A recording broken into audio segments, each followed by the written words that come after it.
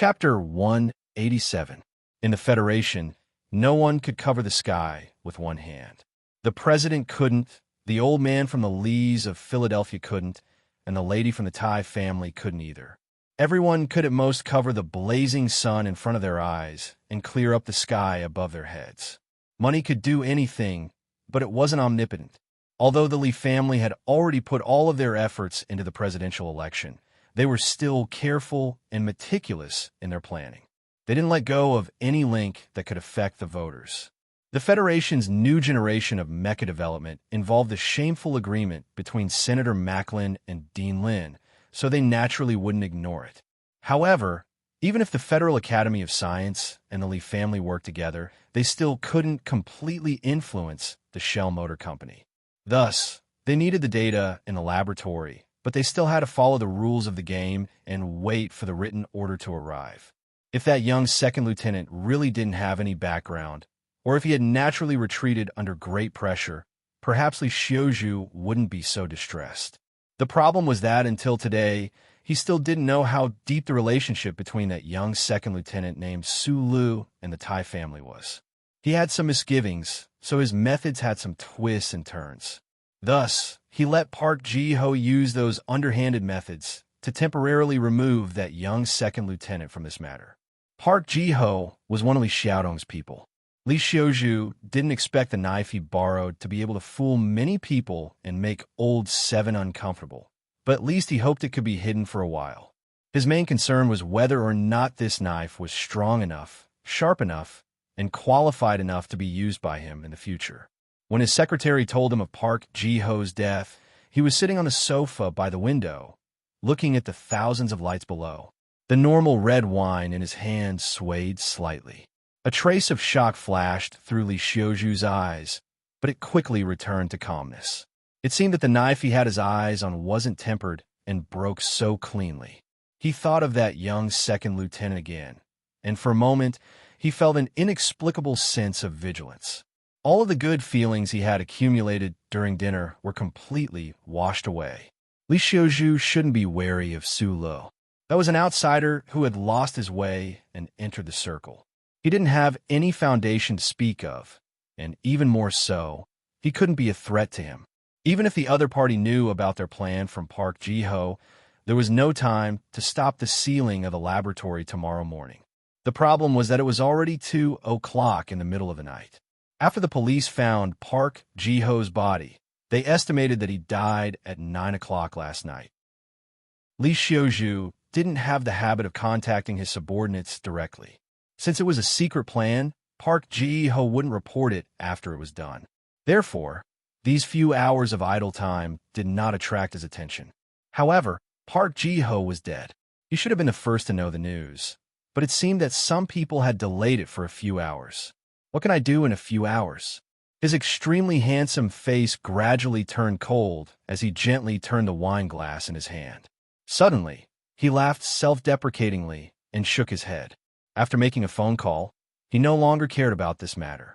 Although the young second lieutenant was an unexpected variable, it couldn't affect the overall situation. That guy named Su Lu couldn't have stolen the data from the Husk Institute's laboratory. This had nothing to do with ability, but with the system. The Federation's system was always stronger than an individual's ability. The soft and pleasant sound of electric current was very clear in the quiet laboratory. In the Federation's cutting-edge technology laboratory with low-noise technology, if it weren't for Su Li's amazing hearing, he probably wouldn't have been able to hear this music-like sound. The index tree and data axis on the holographic screen quickly flipped, and the schematic of the file shredding continued to operate. Su Li had already taken off his military uniform. His hands quickly entered the operation instructions on the holographic screen desktop. Beads of sweat covered his forehead.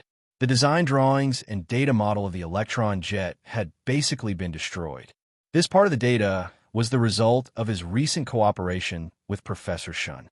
It wasn't entered into the Federation's database management system, so it was very easy to delete. Plus, this was his own research, so even if it was destroyed, it wouldn't be too difficult to pick it up again in the future. The hissing sound of the file shredding was accompanied by the faint sound of electric current. It was like a simple but extremely beautiful concerto. Under the accompaniment of this song, Su Lu silently and wholeheartedly carried out his own work. This data had to be destroyed. Otherwise, if the Federal Academy of Science got their hands on it, with their terrifying research abilities, they might only need 3 days to solve the most critical problem of the new generation of mecha in the Federation. At 2:13 a.m., Su Lu finally raised his head from the holographic screen desktop. He let out a tired breath, feeling the aches all over his body and the hunger in his stomach. Tonight, he had first faced off against 7 blades, then killed Park Ji-ho, then sneaked into the Ivy Garden. He had been using the mysterious power in his body all this time. Right now, although his spirit was still full and the mysterious power was still abundant, the wear and tear on his body and the emptiness in his stomach were truly making him uncomfortable. Outside the laboratory's database, all content related to the electron jet had been completely deleted. In order to erase all traces, Su Li's fingers didn't stop working for a moment. The database searching ability that had been forcefully trained by Professor Shun was put to good use at this moment. The data content was all outside the database. Presumably, the people who would take over the laboratory tomorrow morning would not notice anything strange. After doing all this, Su Lu sat in the chair beside the holographic screen desktop. He was silent for a minute, thinking for a minute, and resting for a minute.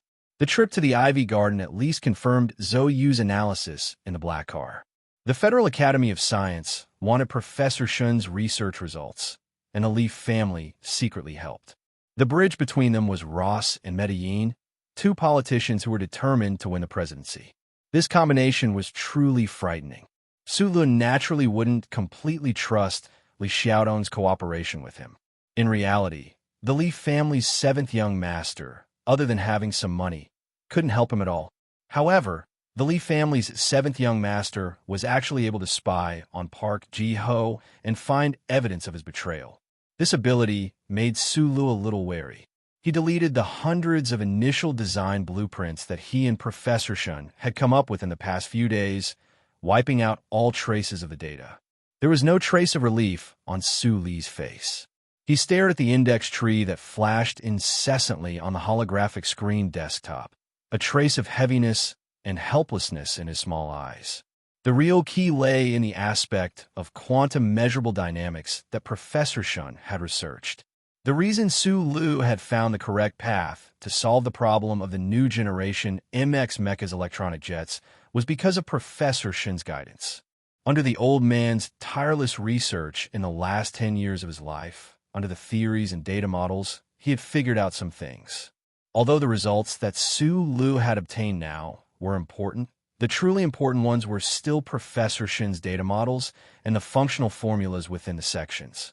Right now, he had already destroyed all of the extension designs. But if the Federal Academy of Science took away all of Professor Shin's research results, he believed that it wouldn't take them too long to discover the problem and solve it. That highly respected head of the Federal Academy of Science, as well as those disciples and grand disciples of his who occupied key positions in the Federation's scientific community, were definitely not incompetent people.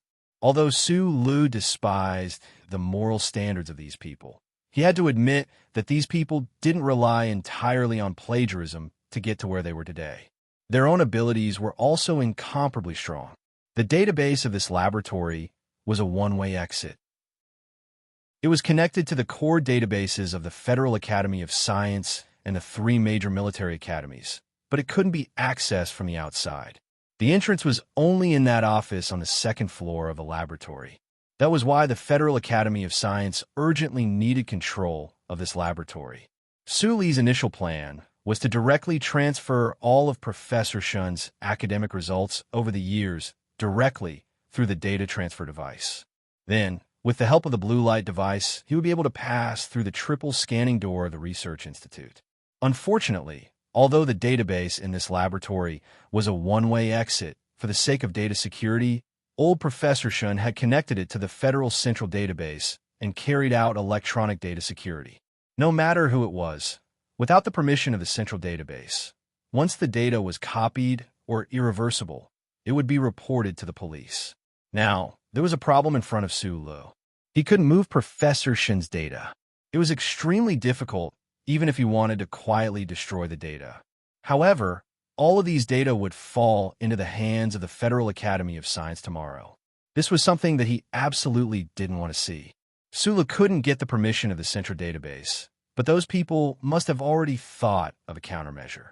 Even if he couldn't quietly destroy the data, Sulu still had other ideas. However, he was still in a minute of silent contemplation. This was the fruit of wisdom that Professor Shun had spent countless years to obtain. If he destroyed it in his own hands, how would he explain it to that old man in the Milky Way public cemetery? There was another problem. Although Sulu was already familiar with many functional formulas and numerical models, if he didn't have the help of the data in Professor Shin's database, he didn't have a shred of confidence that he would be able to complete the final modification work of the new generation of mecha for the Federation. What did the Federation's new generation of MX mecha mean? Sulu understood this better than anyone else. Although he didn't have a shred of goodwill towards the upper echelons of society that controlled this Federation, he also knew that in the increasingly tense situation between the Federation and the Empire, the sooner the Federation completed the research and assembly of the new generation of mecha, the fewer normal, hot-blooded soldiers would die. On one side, it was direct justice and the resistance of the small fry. On the other side, it was the great benefits of the Federation and the lives of the common people. To stay or to be destroyed, that was the question. 1 minute later, Sulu stood up from his chair and stopped thinking about this question.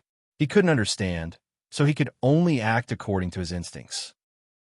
From the database storage rack in the second-floor office, he pulled out the hard storage boxes that were connected to the data cables and power cables. Sulu looked at these metal objects and couldn't help but pause for a moment. He knew that his next action would destroy Professor Shin's lifetime of hard work. At this moment, he began to struggle in his mind. If it's not yours, then you shouldn't have snatched it. Sulu took a deep breath and said in a low voice, F*CKU. He spat on his hand, raised the heavy peace axe in his hand, and smashed it down viciously and decisively at those data storage boxes. Chapter 188. When Sulu made up his mind to do something, no one could stop him. He clearly knew that with this swing of the axe, it was possible that the Federation's research and development of the new generation of mecha would be pushed back by several years or even decades. However, he still smashed it down without any hesitation. This was based on the simple outlook of a mining orphan. If it wasn't yours, then you shouldn't fight for it. If you fight for it, then I will destroy it. Everything in this laboratory had been given to him by Professor Shun, so he dared to smash it. This was a kind of attitude. He would rather this piece of jade shatter so miserably than let others steal a single tile from him. Faint blue, incandescent, and serene electric sparks flew in all directions as the sharp axe chopped down heavily. Those hard alloy storage boxes were also reduced to countless sharp metal shards, flying in all directions of the laboratory. The high-density magnetic materials in the boxes were also reduced to patches of ink rain, tragically reduced to dust under the axe. With the current level of technology in the Federation, using technical means to erase data had the possibility of being recovered. After Sulu made up his mind last night, he decided to use this kind of barbaric, crude, and simple physical method to carry out data erasure. Those hard alloy surfaces could not be penetrated even by bullets. Even if a normal person dared to use physical methods like Sulu to carry out data erasure, they probably would not be able to find any way to do so. However, Sulu did. He had a heavy peace axe in his hand. His body was filled with a scorching, trembling power of injustice. The peace axe was raised high and brought down heavily.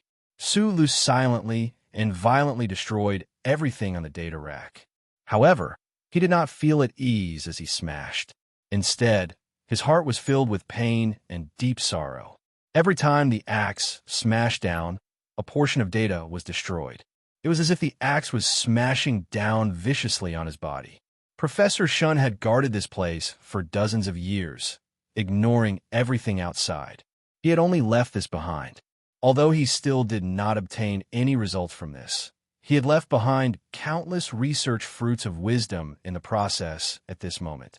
However, they were gradually disappearing under the heavy peace axe.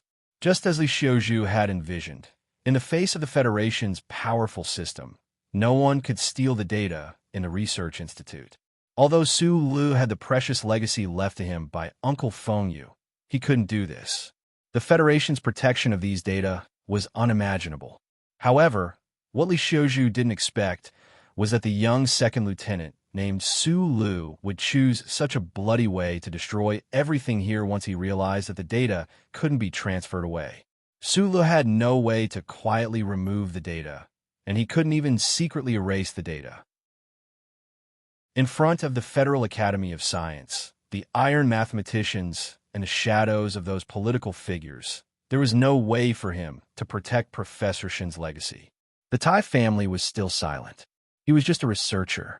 What could he do? What he could do was what he was doing now, what the axe was doing.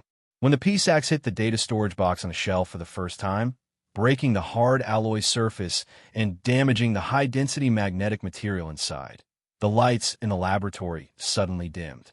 Then, the emergency lights began to flash quickly. At the same time, a sharp alarm sounded. Immediately after, the alarm began to sound in the corridor outside the laboratory. It was sharp and ear-piercing. The sound was urgent and frightening. The alarm systems of the 3 departments of the Husk Institute were activated at the same time. The 3 scanning systems that led to the outside were in a state of emergency. All traffic was temporarily controlled. The automatic defense system also began to operate.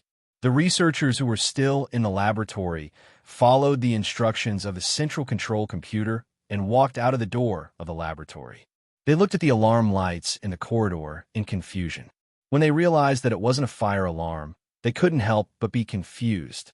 What happened? Why did the alarm sound so shrill? Immediately after, a series of rapid and dense heavy footsteps came from the end of the corridor of the Research Institute. A group of fully armed military police wearing dark-colored bulletproof vests ran over with serious expressions. They quickly surrounded the door of one of the laboratories. It was only then that the researchers noticed that the door to the lab was still closed. It was like it was in another world. That was old Professor Shin's lab? The military police had already connected to the intercom outside the laboratory, but there was no response from inside the laboratory. Only a series of heavy thumping sounds could be heard. It was as if a monster was smashing something in the laboratory. The leader of the military police frowned, waved his arms, and prepared to launch a strong attack. Su Lu heard the alarm, but he didn't stop his actions. He even knew that the fully armed military police must have surrounded the laboratory at this time. Therefore, his movement of the axe became faster. Smash it! The shameless academic leader of the Federal Academy of Science had already made Professor Shin silent for a long time. How could he let him do it again this time? Professor Shun, who was lying in the grave, would probably support his actions. He would rather destroy all of this. One day in the future, there would be some great people in the Federation who were willing to guard this small building for decades. They would once again discover the things that Professor Shun had researched. Although it would be a little later, it was better than handing over these beautiful data models and functional formulas to those shameless people and using them as tools for their pursuit of fame and fortune. With a bang, the peace axe slammed into the ground, splashing out a few sparks. Su Lu gasped for breath. He didn't have time to wipe the sweat from his forehead. He turned around and looked at the monitor screen. On the screen, the military police outside the laboratory had already begun to prepare to break in. What should be destroyed had been destroyed. The legacy left behind by Professor Shun had become fragments and splashes all over the ground. Su Lu believed that the peace axe, attached to his own power, had done extreme physical damage. It would be extremely difficult for the masters of the Federal Academy of Science to recover the data.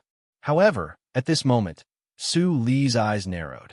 His pupils shrank nervously. This was because he found a line of characters flashing on the screen. Core data has been successfully transferred. Temporarily saved in Area B. Su Li's hand holding the peace axe trembled. He suddenly turned his head and stared at the row of backup storage devices behind the data rack. Suddenly, a strong sense of unwillingness and despair rose in his heart. Transferred. The heavy axe fell countless times and destroyed the data boxes. However, the data had been automatically transferred to Area B. Sulu looked at the flashing characters on the screen with a strange expression on his face. His whole body started to tremble. He knew that he had failed. The electronic security of the central database was stronger than he had imagined. He had clearly cut off the data line in advance. So how could the data be transferred from Area A to Area B without any problems? The strong sense of unwillingness and anger turned into disappointment and then despair. Sulu silently looked at the characters on the screen that indicated the successful transfer of data. He lowered his head and closed his eyes. He heard the sound of the laboratory door being broken open. He angrily said in a low voice, "Mother asterisk her." The central database of the Federation was in the Federal Central Computer. It was about 40 kilometers away from the Husk Institute's 3rd Division, deep underground in the Federation's Bureau of Proclamation. The light of the first charter shrouded the universe. Sulu wanted to erase the security data recorded by the Federal Central Computer with a peace axe. At this moment, it seemed so absurd. However, what Sulu did not expect was that for the Federal Central Computer, the information node behind his neck was no stranger to the message sent by the Federal Central Computer. What was even more incredible was that after the strange second type of connection, no one in the Federation knew that the omnipotent Central Computer had established an observation system for Sulu and reserved a data reciprocation channel. In the quiet night, deep underground, a line of characters quietly appeared at the bottom of the 2D display screen of the Federal Central Computer. Citizen number, SLAT 510200431X. Information node is abnormal. Name, Sulu. Note, suspect number 72 with abnormal situation. Note, number 1 type of contact target. Note, this citizen is the first long-term observation target. Before the 5-person team replies, ensure the survival of this target's data. Note, the data reciprocation channel has been connected. Establish active contact to repair abnormal status. Do you accept? Humans had resentment and unwillingness. Violent fluctuations in the mind could cause humans to erupt with great potential in an instant, or cause the body to fall into a strange state. Sulu did not. He just stared fixedly at the holographic screen and continuously cursed his mother in the central database. At this moment, he did not know that the central database was the first charter computer that he feared the most. However, his anger followed his heart. His anger, his despair, the torment of the night, and the mental exhaustion caused the burning torrent in his body to rapidly return from its state of spreading in his limbs to his back and waist. When it passed through the back of his neck, it vaguely touched something and produced a sharp pain. At this moment, the door of the laboratory had already opened. The fully armed military police had already rushed in. They aimed the guns in their hands at Sulu and were shouting something loudly. However, Sulu felt a pain in the back of his neck. Then, he realized that the movements of the military police had become extremely slow. Was there something wrong with his eyes? No, it was a black eye. He was shocked to find that his eyes had turned black, and he had fallen into a strange and familiar state. He had fallen into a black dream again. A line of white symbols of light came from afar and entered his eyes. Establish active contact. Do you accept? Sulu's entire body was cold. In an instant, who knew how many past events he thought of? After a moment of confusion, he asked with a trembling heart, "Who are you?" After a long silence, the symbols of light turned into a line of words. Chapter 189. I know that writing about a good person like Sulu at this stage will be looked down upon and ignored in this era. However, I didn't expect that I wouldn't even be able to ignore him. Occasionally, I would receive more than just disdain. Just thinking about being a little more normal could actually be called a pervert. Not only is Sulu a pervert, even I, the author who wrote about him, am also a pervert. Taking care of a friend's woman. Is that harboring ill intentions beforehand? Not having any thoughts about one's friend's woman? Is that acting pretentious? What kind of bandit's point of view is this? I don't understand. I'll keep silent. I won't look at the book reviews, or else I'll be stupid and angry again. For a baby, everything outside the cradle was what he feared and yearned for the most. For a child, everything outside the room was what he feared and yearned for the most. For ancient humans, everything on the other side of the mountain was what they feared and yearned for the most. For modern citizens of the Federation, the universe at the end of the black curtain sky was what they feared and yearned for the most. What humans feared the most, what they yearned for the most, were all in the unknown. Right now, Sulu was caught in this dual state of extreme fear and yearning. Fully armed military police had already rushed in. He was about to be arrested, but he didn't have time to think about these things because right now, he had already returned to the Black Dream. He saw the repeatedly flashing words about taking the initiative to contact. What was on the other side of the Black Dream? Why did the other side take the initiative to contact him? What was taking the initiative to contact him? This was definitely not an illusion, but it was already about to scare Sulu. This was definitely not epilepsy, but Sulu truly felt like he was about to go crazy. In the past, he had always thought that the dark dream and the blueprints that were lurking in his mind were all problems caused by the disguised chip that Uncle Feng Yu had left him.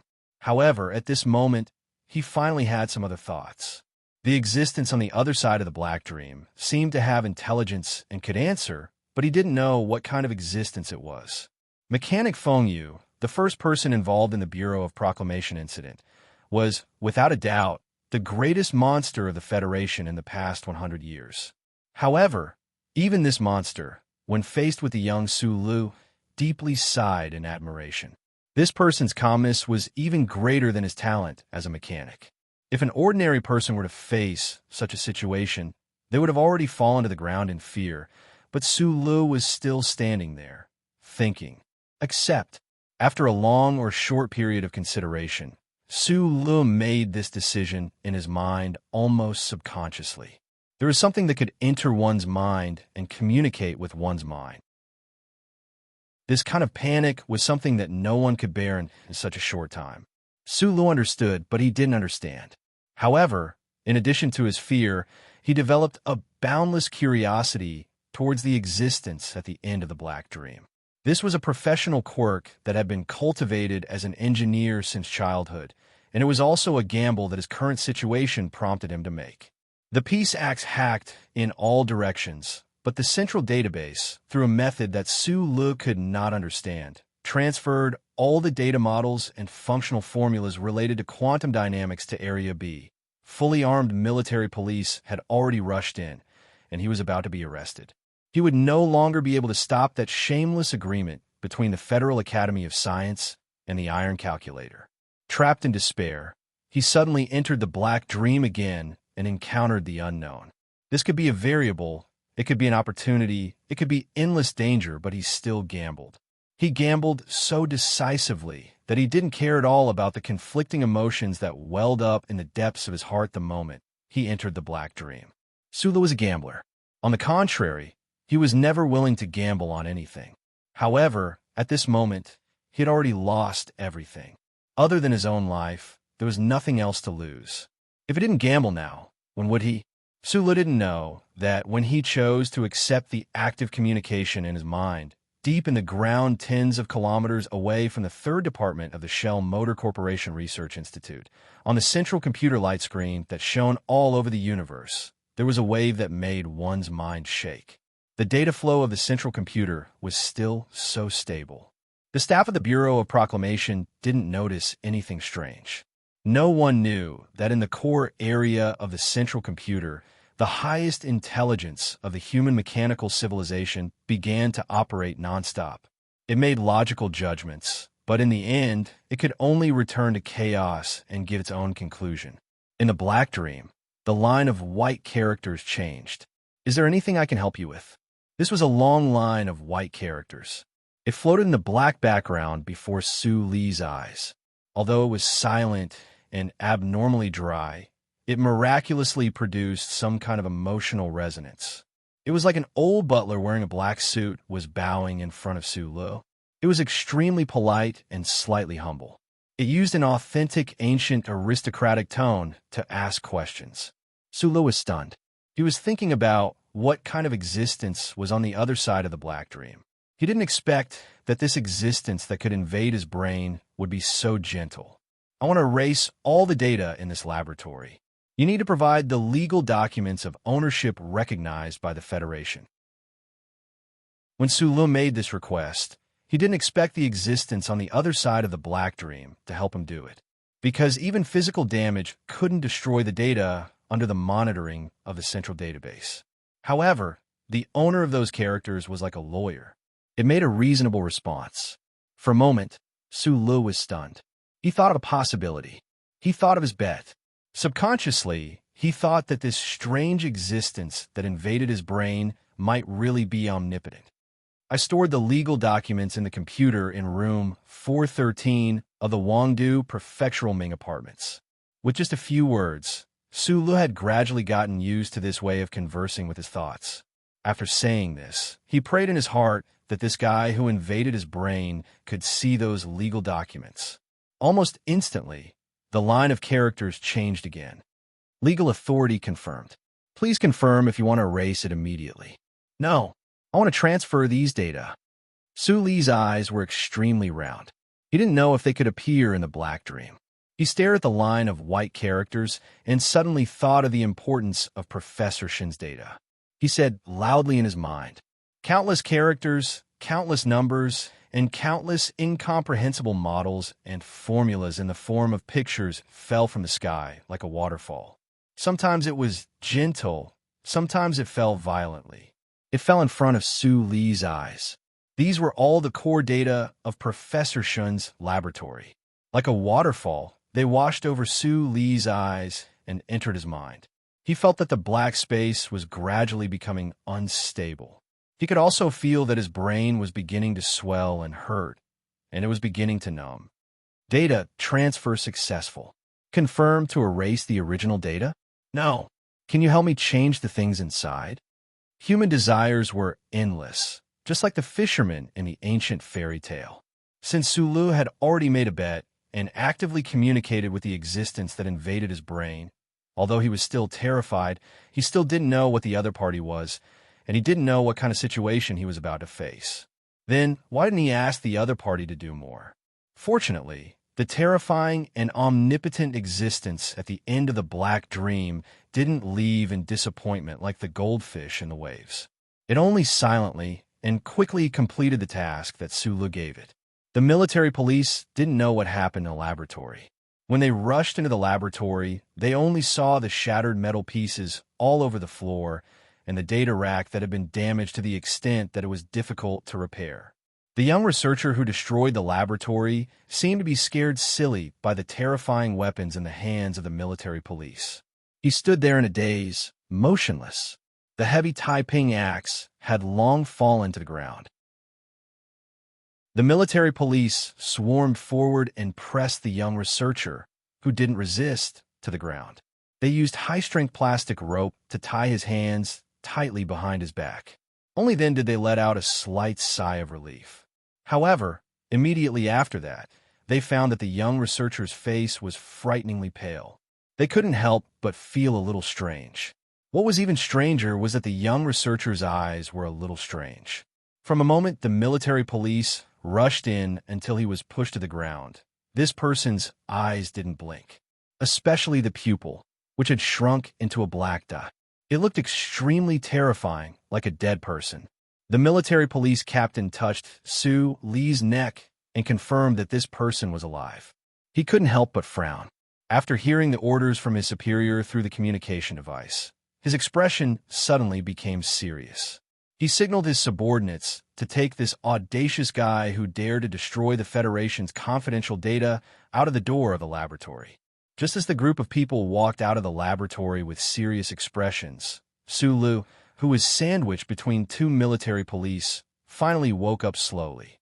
His pupils gradually returned to normal, but his pale face didn't improve for a while. A trace of confusion, a trace of joy, a trace of determination, and a trace of fear flashed through Sue Lee's eyes.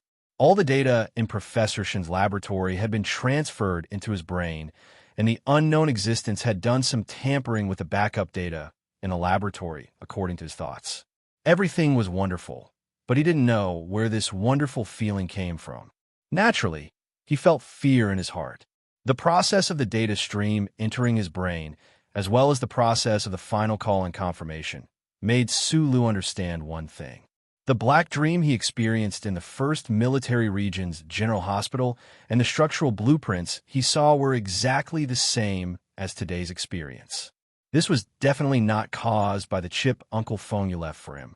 Then, at the end of the black dream, what exactly was it? To be able to instantly confirm the electronic legal documents he left in the apartment in Wangdu, to be able to ignore the defenses of the Federation's central database, to easily transfer and even modify the electronically protected data in the laboratory, and to be able to transmit this data into his brain through some mysterious means, that thing could invade his brain and do so many unimaginable things. It was so mechanical, yet seemed to have a life of its own. It seemed to be omnipresent and omnipotent. Sweat dampened his hair and draped it weakly on his forehead. Surrounded by fully armed military police, he walked along the long corridor toward the military vehicle under the astonished gazes of his colleagues in the research institute. Sula didn't have the slightest fear of being arrested and the subsequent hardships because his mind had long been completely occupied by the fear of the unknown great existence. Chapter 190. Su Li's face was pale, and his body was trembling. In the eyes of the military police captain, this scene was naturally a sign of fear. The military police captain had a phone call with his superiors earlier, and he also lived in the research institute on a regular basis. Naturally, he knew why this young second lieutenant ran to Professor Shin's lab and smashed it. He looked at Su Lu with a trace of pity, thinking that this young second lieutenant was quite brave. Facing the pressure of the technical director of the board of directors, he actually dared to not hand over the lab, and even raise an axe to smash the data rack. This kind of fierceness made the military officer, who knew the inside story, admire him. Admiration was only a feeling deep in his heart. After receiving the order from his superiors, the military police captain knew that this person had gotten into big trouble. For a moment, he still didn't know how this person passed the 3 scans and sneaked into the lab. But he only knew that what awaited Su Lu would be a merciless military court trial. Destroying the core confidential data of the Federation. What kind of crime was this? Fortunately, the central control computer of the Research Institute's 3rd department had already confirmed that the core data of Professor Shin's lab had been electronically protected. The moment it was destroyed, it was successfully transferred to Area B. If that data was destroyed, he would probably be sentenced. The military police captain felt a chill in his heart. At this time, looking at the cold, sweat-drenched, and silent Su Lu, he didn't have the slightest sympathy. Instead, it added a bit of coldness.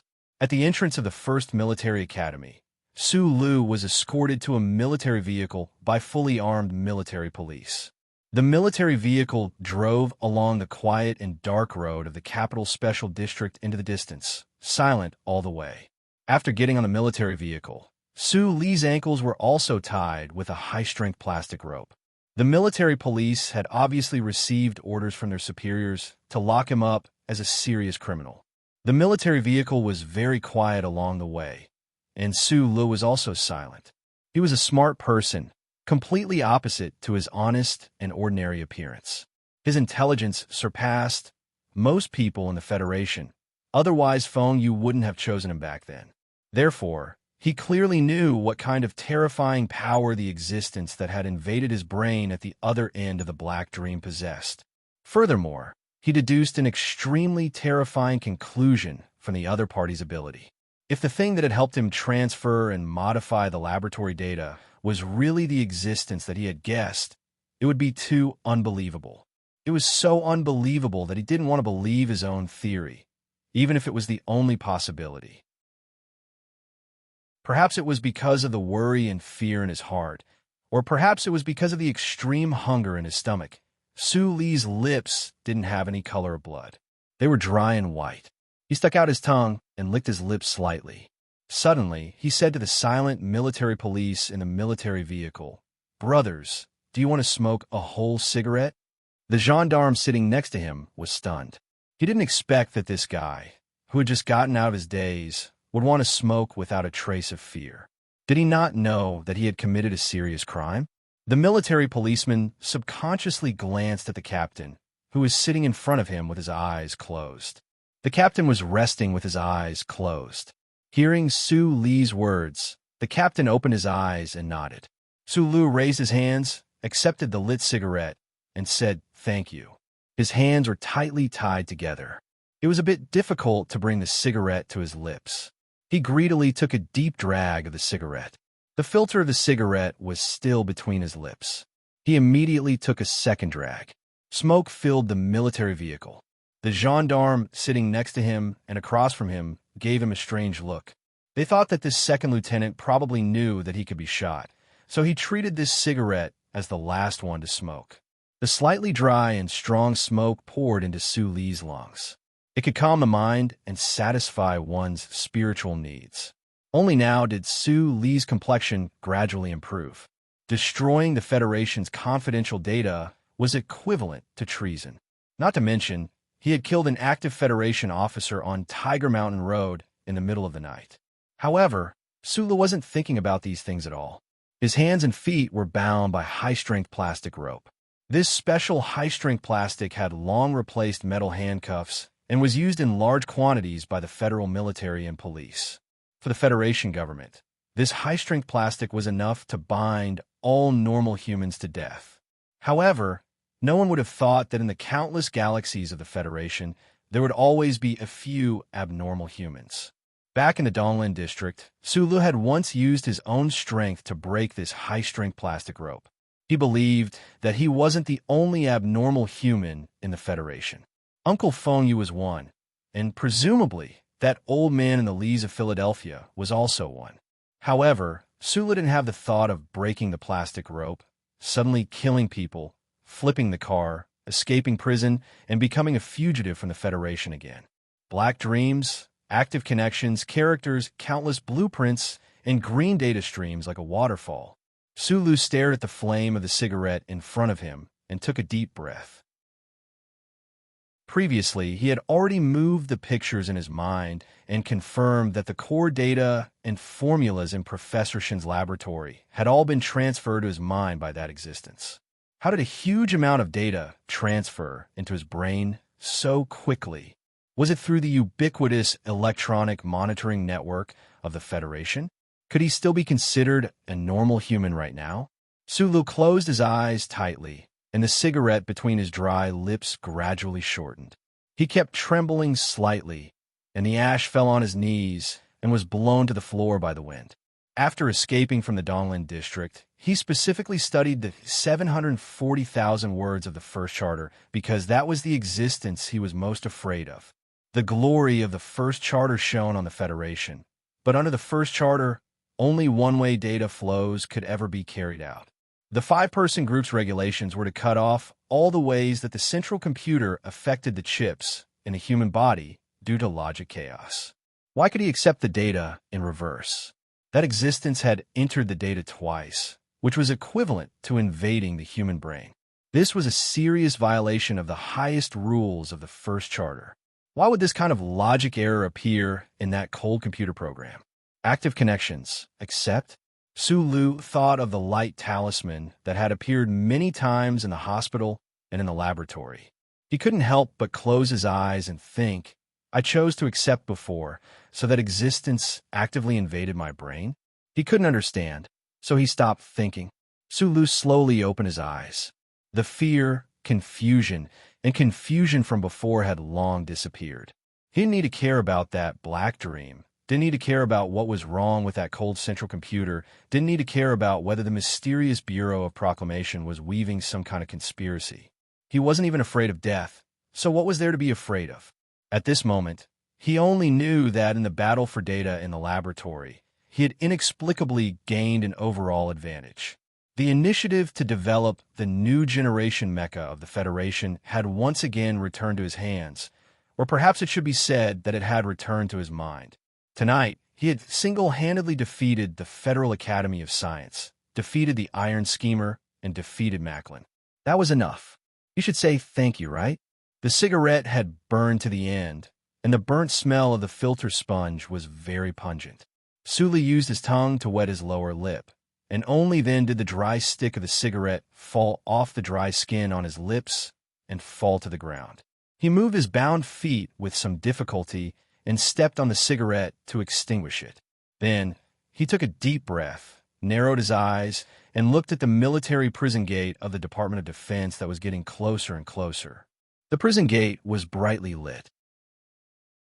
The Federation soldiers who had already received the order frowned and looked at the prisoner being escorted out of the car. They didn't know what crime this soldier had committed to be escorted to the prison for serious criminals. Sulu was escorted out of the military vehicle. Looking at the Federation soldiers around him who were on guard, he moved slowly with great difficulty. His eyes narrowed, and through those blinding searchlights, he looked at the gradually setting moon in the night sky. He thought of Professor Sean in the cemetery under the moon and smiled happily. The capital spaceport. The two moons that were slowly moving in the night sky occupied two remote corners of the field of vision. The silver moonlight was completely suppressed by the lights in the spaceport. A streamlined spaceship quietly docked in the light, and a few middle-aged officials gathered below the spaceship.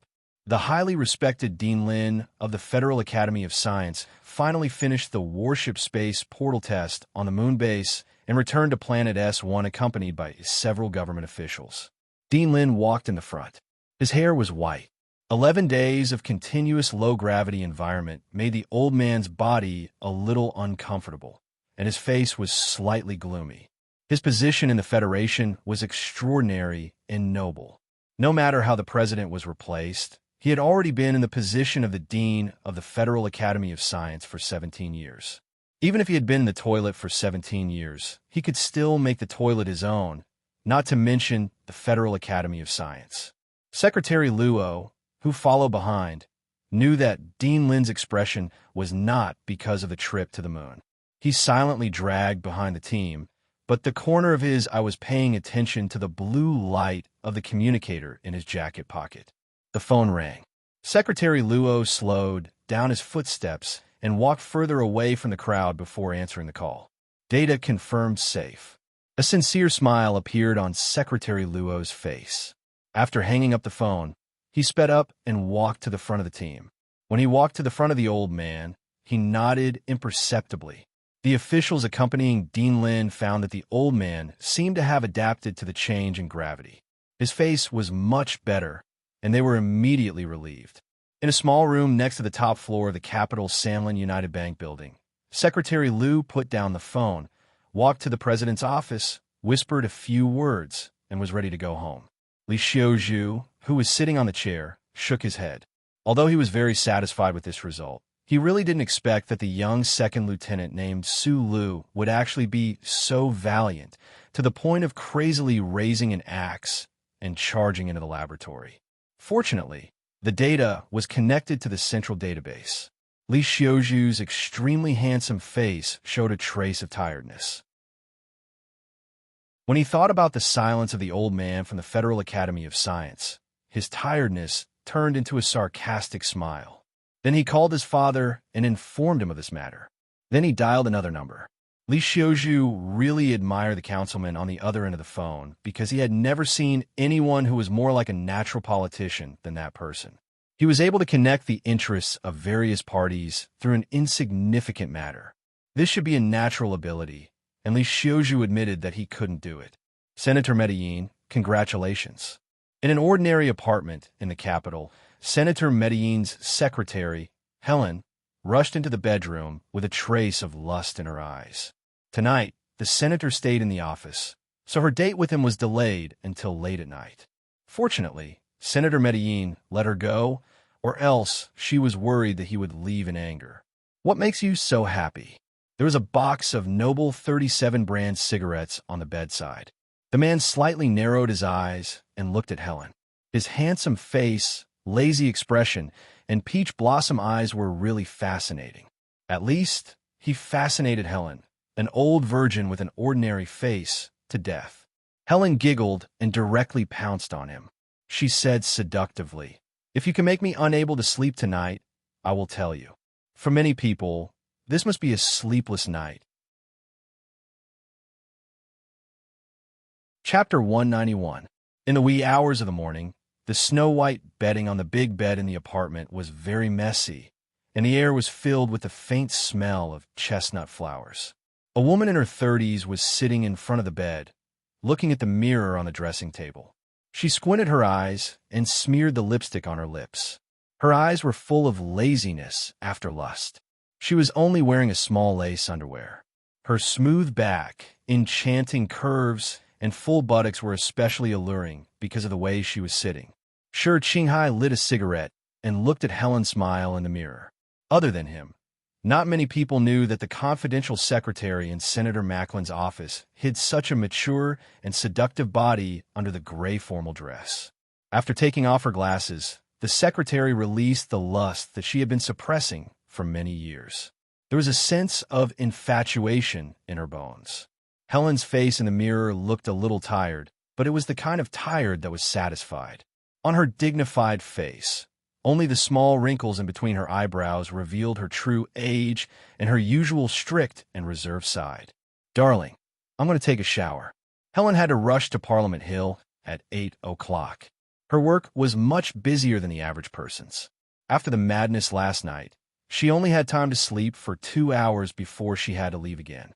She turned her head and looked charmingly at Shi Qinghai, who was smoking at the head of the bed. She smiled, put on a bathrobe, and walked into the bathroom. After closing the bathroom door, the warm water sprinkled down. Helen stood under the water, holding her face that was still a little hot. She raised her head and let the hot water wash over her naked and sensitive body. Her thoughts had already moved away from the pleasure that the man brought her to other places. Her eyes revealed a trace of reluctance, doubt, and self-comfort. She knew that she was not attractive when she was a secretary, especially when she had an ordinary face. Why did the man outside who fascinated her take a fancy to her, a woman who was already over 30 years old? As Senator Macklin's secretary, she had the needs of a normal person. She was also obsessed with the strange impact that the fancy man brought. Even so, she remained calm. She had already observed for a month, and she would continue to observe. If it was as she expected, she had no choice but to apologize to that man. Hearing the sound of running water coming from the bathroom, Shi Qinghai suddenly opened his eyes. His eyes, which were full of infinite attraction, moved to the phone quietly placed on the dressing table. Shi Qinghai gently placed the half-burnt cigarette on the ashtray and quietly walked to the dressing table. He looked at the phone that reflected a metallic luster on the wooden table. He keenly noticed that there were 2 extremely thin strands of hair in the black keyboard area below the phone. 2 extremely thin strands of black hair gently rested on the black keyboard area. If one didn't pay special attention, they definitely wouldn't notice it. Moreover, the placement of these 2 strands of black hair was also very particular. Shi Qinghai glanced at the closed bathroom door and smiled. He carefully moved the 2 strands of hair away and opened the back cover of his cell phone. Perhaps because she was in a hurry to get to Parliament Hill, Secretary Helen's shower time was much shorter than the last few times she had sex with Shi Qinghai. She wrapped her hair in a white bath towel and walked out. She smiled and said, "Dear, what do you want to eat?" There should be enough time to fry 2 pieces of bread. There was no one in the bedroom. Helen's voice stopped indifferently. She walked to the bedside with a complicated expression. She counted the cigarette butts in the ashtray and then walked to the dressing table. The 2 extremely thin strands of black hair still rested on the black keyboard area of the metallic phone. Helen's expression suddenly relaxed. Her right hand moved away from her wet head and lightly patted her naked chest. She was a little scared, but also a little satisfied. Fried bread is not nutritious enough. The masters of the trade office are not that easy to serve. A concerned voice came from a door. Shi Qinghai was half naked, wearing only casual shorts. He held a frying pan in his left hand. The eggs inside were being baked under the residual heat and gradually solidified. He held a wooden spatula in his right hand and a half-smoked cigarette in his mouth. Looking at the mesmerizing appearance of this man, coupled with the fact that she was gradually beginning to believe him, Helen spontaneously felt a sense of warmth and relaxation. Suddenly, she felt a little ashamed that she had been using the trade office secretary as a cover for her real job. She walked up and hugged Shi Qinghai's body tightly. She slowly twisted her body and said infatuatedly, "Lulu, I want to eat you in the morning." Shi Qinghai held the frying pan and the wooden spatula high, afraid that the naked body of the woman in his arms would be burned. Feeling the slide of the woman in front of his chest, he couldn't help but feel a little moved. He spat the cigarette, but on the floor, and lowered his head to kiss her. The faint smoke of the number 37 brand cigarette began to swirl between the lips and tongues of this man and woman. It began to diffuse into the air and covered the true face and heart of each other. Sulu didn't know that the shameless brother who didn't know that he was already a father was using the most shameless method to approach Senator Macklin step by step. He also didn't know that the fake name Mr. Shi, who had a pair of peach blossom eyes, was actually related to him. Otherwise, he might have been very angry. At this time, he was locked up alone in a military prison. He didn't know the name of this military prison, but since it was in the Capital Special District and the security measures were so strict, the level of this prison must not be too low. This was a single cell. The high-strength plastic ropes on his hands and feet were not removed. It seemed that after tonight, the other party was very clear about Su Li's ability and dared not to be the slightest bit careless. This cell was entirely made of plastic, including the bed. The light from the corridor outside the grill shone in, making this place seem particularly lonely. Sulu was lying on the bed, his tightly bound hands flat in front of his chest. His mind was in a mess, and his mind was clear at the same time. Every time he thought of the cold existence at the end of the Black Dream, his mind was a little confused. He had learned from Uncle Feng Yu since he was young, read all the books in Hushi State University, and spent so many days in the Husk Institute. He was sure that the technology level of the Federation was tens of thousands, or even hundreds of thousands, of years away from the appearance of artificial intelligence. However, the central computer under the Bureau of Proclamation seemed to have been in operation since the time of the Group of Five. The history before the catastrophe had long been lost in the long river of chaos. The computer had been in operation until now, but it hadn't been pulled apart by the gradual development of human society's technology. This was a very scary fact in itself. Although the first charter stated that the Federal Central Computer had been constantly improving and upgrading, subconsciously, Sulu didn't believe this. However, the ability to learn and upgrade by oneself was not artificial intelligence. He thought of the conversation in the Black Dream and couldn't help but frown. If the central computer didn't actively help him, then could it be that the big shots in the Bureau of Proclamation did something? Thinking of the mysterious and ancient Bureau of Proclamation, Su Li's chaotic mind was even more confused. He didn't like this feeling of confusion, so he began to analyze his current situation and gradually calm down. Destroying the Federation's confidential data was definitely a serious crime. If someone accused him of being a spy, perhaps the military court would sentence him to death immediately. If he was found to be involved in Park Ji-ho's death at the entrance of Husan Mountain, the only thing he would receive in return would still be a death sentence. The sober Su Lu didn't seem to be worried about this. He quietly looked at the shiny plastic ceiling and calculated the time in his mind. He wanted to see if the lady of the Tai family was willing to take a gamble. The data in the laboratory was related to the development of the new generation of mecha in the Federation. It was very important, and the benefits were not small, especially when it was related to the presidential election.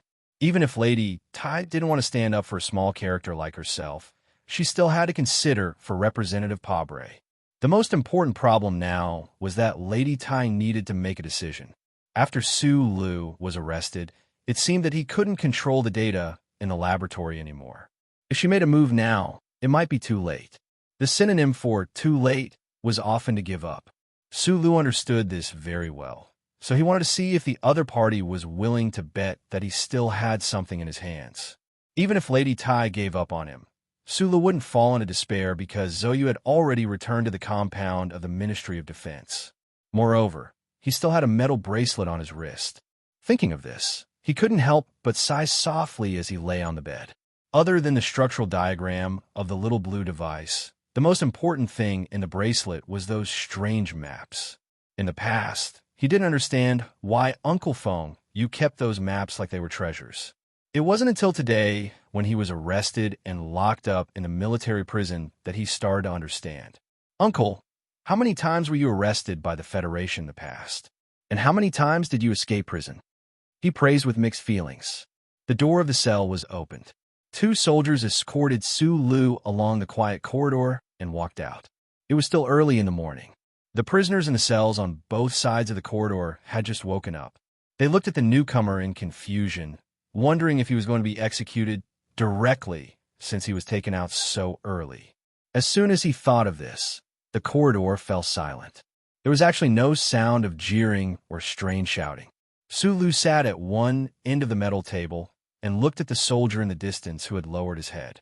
He couldn't see the soldier's face clearly. He frowned slightly. The military prison was naturally under the jurisdiction of the Ministry of Defense. If it was Deputy Minister Zhou who sent someone here, it would make sense. However, this reaction speed was faster than he had expected. Moreover, the person who sent him surprised him a little. The soldier heard the noise and slowly raised her head, revealing an unfamiliar but beautiful face. She said in a clear voice, "My name is Su Songzi. I belong to the legal department of the Internal Affairs Department of the Ministry of Defense. I have been assigned to provide legal support to Second Lieutenant Su Lo." This was a female civilian officer. She was very beautiful. After she raised her body from the table, it could be seen that her body was also very beautiful. Su Lo moved his body with some difficulty. He squinted his eyes and said, "Thank you." The female officer Su Songzi looked at Su Lu and suddenly said coldly, "Destroying the core secrets of the Federation is a serious crime. The starting sentence is 3 years. The highest sentence can be death. If you don't want to be prosecuted for espionage, I advise you to plead guilty. This way, I could try to plead with the judge in the military court." Su Lu confirmed that the other party was sent by Deputy Minister Zhou because the Internal Affairs Department of the Ministry of Defense happened to be the department directly under Zhou Yingxing. But for some reason, this female legal officer named Su Songzi didn't seem to have any good intentions towards him. "I don't plead guilty." Su Songzi lowered her head. There was a trace of anger and mockery on her face. Although it was only midnight, the surveillance video and testimony provided by the Husk Institute were very complete. It seemed that the second lieutenant in front of her was so stupid that he relied on his background in the Ministry of Defense.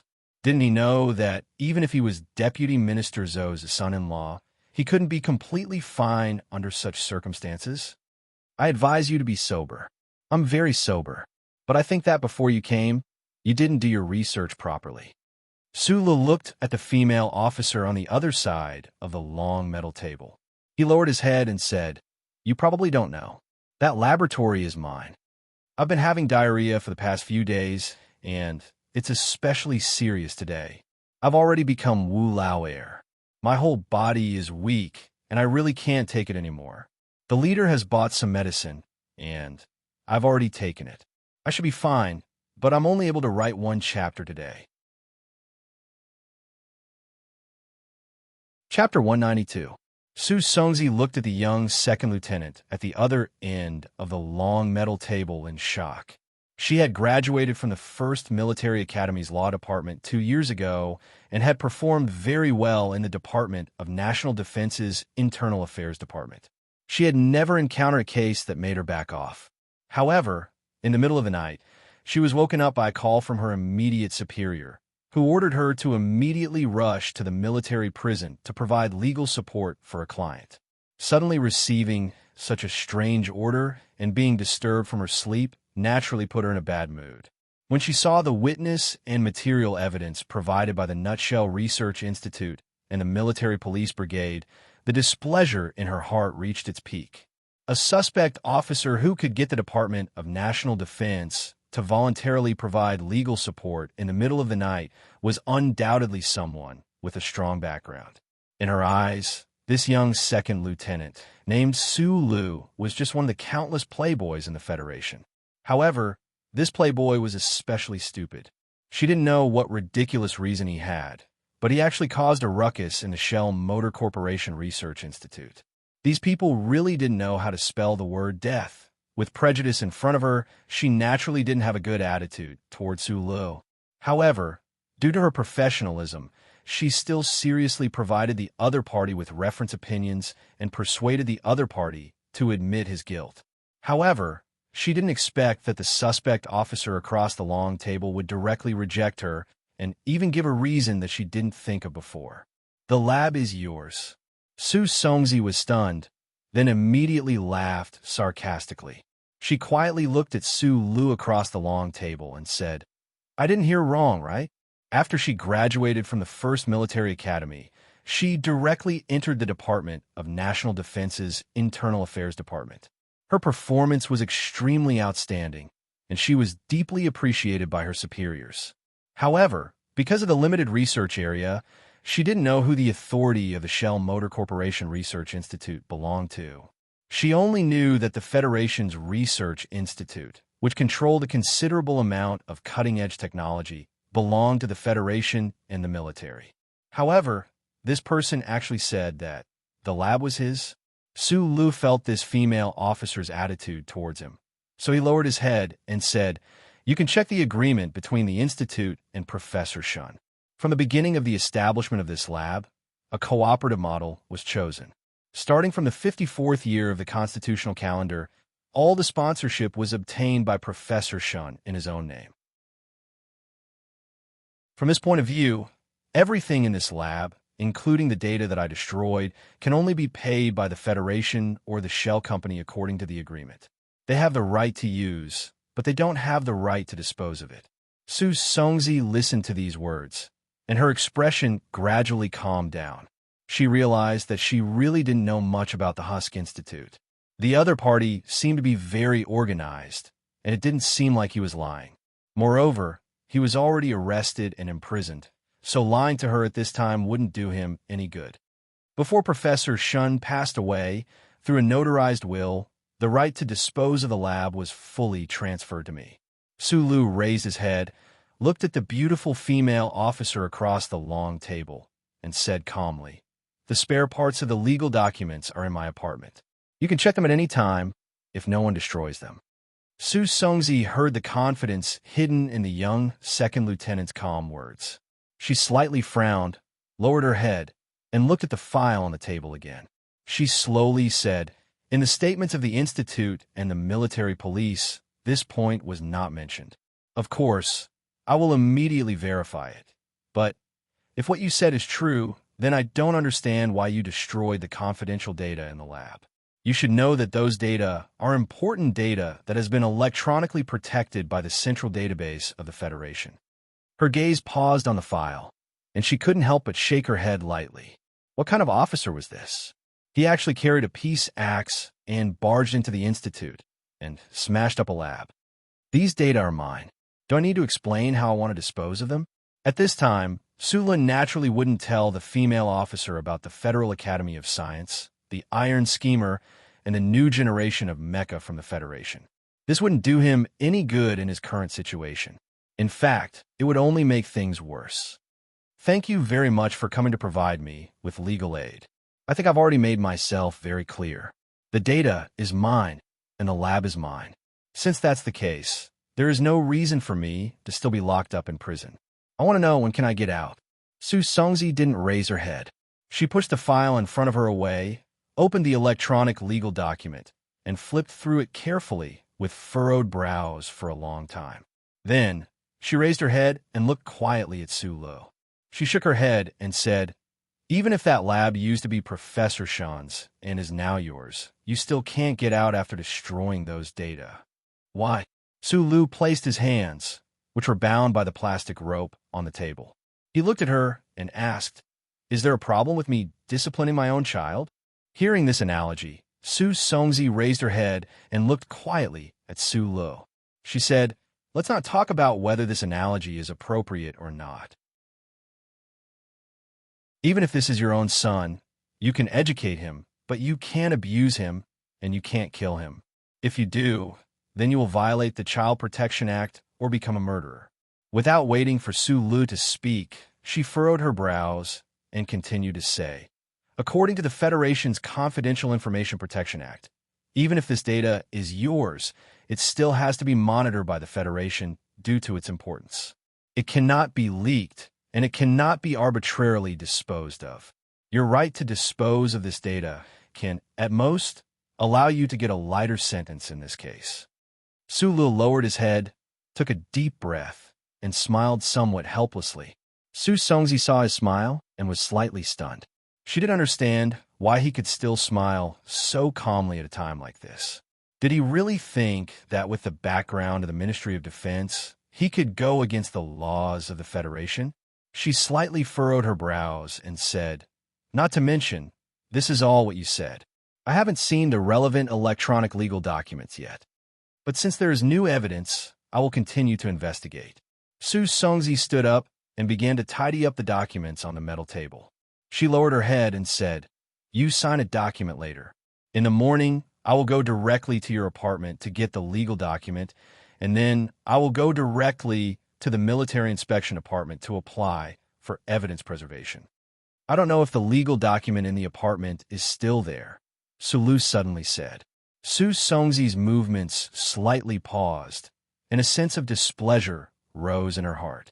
She thought to herself, "If it's not there, then where did your previous confidence come from?" Su Lu lowered his head. He didn't know if the Li family would enter his apartment to destroy Professor Shin's will. Although logically speaking, those big shots shouldn't use such a boring little trick for the sake of safety, he would rather pretend that the copy was no longer there. He raised his head and said, "The original legal document is in the hands of a friend of mine. You can go directly to her and ask for it." "Friend? Where does she live?" "Department of National Defense, Shishan Compound Number 3. Her surname is Zhou." Su Songzi heard this address and was slightly stunned. She immediately took a deep breath and immediately understood why her immediate superior would call her in the middle of the night and send her to the prison. It turned out that the backer of this young second lieutenant was her immediate superior's immediate superior. Got it. She looked at Su Lu thoughtfully and then prepared to leave. At this moment, there was a sound of footsteps outside the reception room. "Inspector Xiao, this way please." An inspector about 30 years old, accompanied by the military prison chief, walked into the reception room. This inspector with the surname Xiao had black hair and looked very capable. When he found that Su Songzi was also in the room, he couldn't help but be slightly surprised. He smiled and asked, "Songzi, why are you here? Brother Wenjing?" Su Songzi was also a little surprised. She glanced at Su Lu from the corner of her eyes. She didn't know what this young second lieutenant had done to alarm the powerful people of the Capital District Prosecutor's Office. "This is Second Lieutenant Su Lu. I was ordered to take him away to assist in the investigation of a case." After exchanging a few pleasantries with Su Songzi, Inspector Xiao went straight to the point. Su Songzi's eyebrows furrowed. She knew the current status of this senior from the law department in the district prosecutor's office. Why'd he come here? The strangest thing was that her client, Su Lu, was an active soldier. He should have gone through the federal military's internal legal procedures. Why was the district prosecutor's office interfering? "No, this is my client." For some reason, Su Songzi felt a little strange. Without waiting for Su Lu to stand up, she directly rejected this request. Inspector Xiao smiled and took out a document from the briefcase in his hand and put it on the table. Su Songzi picked up the document and looked at it. Her face became serious. She looked at the military prison chief and said, "According to the sequence, Su Lu is a military suspect. He must stay in the military prison." Immediately after, she turned to Inspector Xiao and asked in a low voice, "What is going on? I am now his legal support lawyer. You should know the sequence of the case very well. He is now involved in the serious crime of destroying the Federation's confidential information. At least wait until the case in my hands is over before you can take over. Su Songzi was very familiar with Xiao Wenjing, so she didn't think too much about what she said. She stared into his eyes and asked in confusion. Even if he has other cases, it should be the police headquarters who investigate first. Why did the district prosecutor's office interfere in advance? Inspector Xiao shrugged and glanced at Su Lu, who was silently lowering his head at the table. He moved closer to Su Songzi's ear and said, "The sequence of the case and the early interference are actually all for the same reason. This officer committed a serious crime. You should know very well that the sequence of the case is often divided according to the severity of the crime. When the district prosecutor's office encounters this kind of vicious case, they will also interfere in advance." Su Songzi frowned. What kind of serious crime could be more serious than destroying the Federation's confidential data? Or a vicious case that required the district prosecutor's office to interfere in advance? Murder. There was a trace of indifference in Inspector Zhao's eyes. He looked at Su Lu at the table in the distance and said, "Second Lieutenant Su Lu is suspected of murdering an active duty officer, Park Ji-ho, on the side of the road on Hushan Road last night. According to the Federation's temporary regulations on handling cases involving military personnel, this case is under our jurisdiction." Chapter 193. It was late spring in the suburbs of the capital. Flowers, trees, and leaves shaded the morning sun. It was extremely peaceful. A police car silently moved forward in this beautiful environment.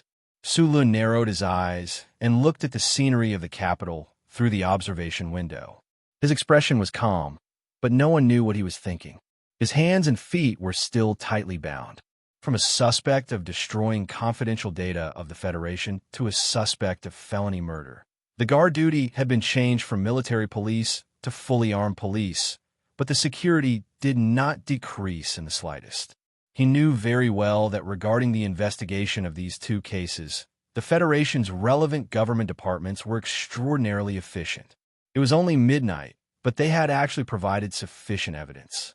And at this time, he was transferred from a military prison to the district prosecutor's office. Naturally, it was the Li family's operation. With the hidden power of the 7 major Federation families, it was not difficult to influence the speed of the Federation's judicial department.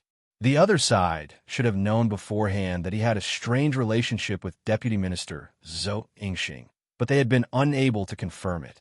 When they knew that the female officer of the Ministry of National Defense had entered the prison that night, they immediately threw out the second plan, which was to transfer Su Lu to the district prosecutor's office. The Deputy Minister of National Defense might be able to influence everything in the military prison, but his influence on the Federation's judicial department was not that strong, at least compared to the Li family. "Do you have anything to say?" Su Songzi sat beside Su Lu and narrowed her eyes at the person she was dealing with. She was somewhat surprised by the other party's calmness. Logically speaking, she was dealing with the case of Su Lu destroying confidential data of the Federation. As for the case of the murder of active duty military officer Park Ji-ho, under the circumstances that there was no follow-up order from the higher-ups, she could completely ignore it and not follow Su Lu to the district prosecutor's office. But for some reason, Su Songzi felt that this matter was a bit strange. Why would this young second lieutenant, who clearly had Deputy Minister Zhou as his backer, suddenly lose his mind? First, he cold-bloodedly killed people on Hushan Road, then crazily broke into the research institute and smashed it. There was obviously something behind this matter, but unfortunately, Su Lu was not willing to reveal anything to her. "Thank you." After Su Lu said these 2 words, he immediately shut his mouth. He knew very well that what awaited him in the district prosecutor's office would definitely be a torrential storm from the Federation's judicial system. The female officer beside him might be an outstanding judicial talent, but she wouldn't be of any use in this matter. Deputy Minister Zhou had already made his move. Although it was not a strong move, and it was even possible that Zhou had used her father's name to secretly help, it was still a small warning to that side. Sulu was only thinking about whether the Thai family would make a move after he entered the district procurator general's office. He was waiting. He even vaguely guessed that the reason why the Maestro family was putting so much pressure on him was probably because they were waiting to see the true relationship between him and the Thai family. They wanted to see if the madam would actually care about him. A photo that had been enlarged to 12 inches was gently placed on the table, right in front of Su Li's eyes. The photo was a close-up shot. The throat that had been cut open by a blade looked extremely bloody and terrifying, especially the white trachea that could be faintly seen inside. The blood that had already coagulated flowed down the corpse's cheeks, wetting a large patch of blonde hair. When mixed together, it was as black as ink. Sulu quietly looked at the large photo in front of him. His expression did not change at all, but the corners of his eyes twitched. Inspector Xiao Wenjing had been silently observing his expression from the side. He walked up coldly and placed 7 or 8 photos in front of Sulu. He did not ask a single question. He only used the photos that had been enlarged to the extreme to show the horrible state of the corpse and the wounds, as well as the silence in the interrogation room, to pressure Sulu. Do you know the victim? Yes, Park Ji-ho. We participated in the Shell Motor Company's spring recruitment exam together. If it was said that when Sulu killed Park Ji-ho last night, there was still a trace of sadness and frustration in his heart. But now, when he looked at these enlarged photos, he was able to maintain absolute calmness. Other than the slight twitch in the corner of his eyes at the beginning, his expression was as calm as usual. But it was this calmness that exposed the problem. Xiao Wenjing coldly looked at his face. He knew that his judgment was not wrong. This young second lieutenant in front of him was definitely the murderer. It was just that he could not determine his motive at the moment. Last night at 9:40, where were you? An assistant inspector from the district prosecutor's office asked in a mechanical voice. With a click, Xiao Wenjing lit a cigarette. I can't remember the exact time, but I should have been on the way back to the apartment. You didn't work at the Research Institute yesterday afternoon. Why did you come back so late? My girlfriend is pregnant. We had a pregnancy checkup last night. Girlfriend? Name? Zhou. Su Songzi, who had been listening in the interrogation room, maintained her silence. At this time, when she heard the name of Su Li's girlfriend, she could not help but frown. Only now did she know that this young second lieutenant was actually the future son-in-law of Deputy Minister Zhou. She could not help but think of the recent news that the minister's daughter was pregnant before marriage. Did you pass by Hushan Road? I forgot. There was a fight at the entrance of Hushan Road, and we've already invited the people involved. They've already confirmed that you participated in that fight and injured 8 people. How could you forget such a big thing? It doesn't matter if you forgot. The testimony of the witnesses and the surveillance video at the entrance will definitely help you remember. Su Lu slowly raised his head. The tiredness of the night made him slightly anxious at this time. In an extremely unusual way, he retorted with a harsh sentence. I never remember the time when I was chased by a dog. The second district prosecutor's office in the capital was extremely efficient. They had completely grasped Su Li's whereabouts in the first half of the night yesterday. They had also obtained the testimony of the young masters of the Federation. The most important thing was that these people testified that after Su Lu killed 8 of their people, he took a knife and directly rushed to the mountain at Hushan Road. 4 hours later, the body of the active military officer, Park Ji-ho, was found on the cliff. The conclusion from the forensics department is out. According to the testimony of the witnesses, the knife model was just right to cause the fatal wound on the neck of the deceased. Su Lu lowered his head. He did not expect that the young masters and bodyguards that he had beaten up would provide such crucial testimony. After all, he was not a professional killer, nor was he a professional criminal. At that time, he really did not care about these things. However, the knife had long been thrown into the stream in the Ivy Garden. Presumably, the 7th young master of the Li family did not have the intention to betray him. It should be noted that Park Ji-ho's body was found a few hours later. A lot of the real-time evidence was eliminated, all thanks to the delay of the 7th young master of the Li family. You took a knife, rushed to the cliff, and cold-bloodedly and cruelly killed a young and outstanding Federation officer. The assistant prosecutor saw that Su Lu had sunk into silence, so he continued unhurriedly. The chain of evidence is already very complete. I advise you to plead guilty in time. We will plead for you to the judge. Su Lu was still silent. However, when he heard the words plead guilty, he subconsciously glanced at the female officer, Su Songzi, who was sitting quietly not far away, and smiled. Prosecutor Xiao shook his head slightly. He knew that before there was actual evidence, this cold-blooded second lieutenant would not speak. He signaled to the assistant prosecutor, patted Su Li's shoulder, and led him out of the interrogation room. Su Songzi also stood up. It was unknown whether it was a coincidence or a deliberate arrangement by the district prosecutor's office, but the two groups of people who should not have met each other ran into each other. Su Lu, whose hands and feet were tied, narrowed his eyes as he looked at the mother and daughter hugging each other and crying by the corridor. There was also a middle-aged man who was desperately smoking by the side. His movements subconsciously slowed down. The crying mother had blonde hair, and the middle-aged man looked a lot like Park Ji-ho.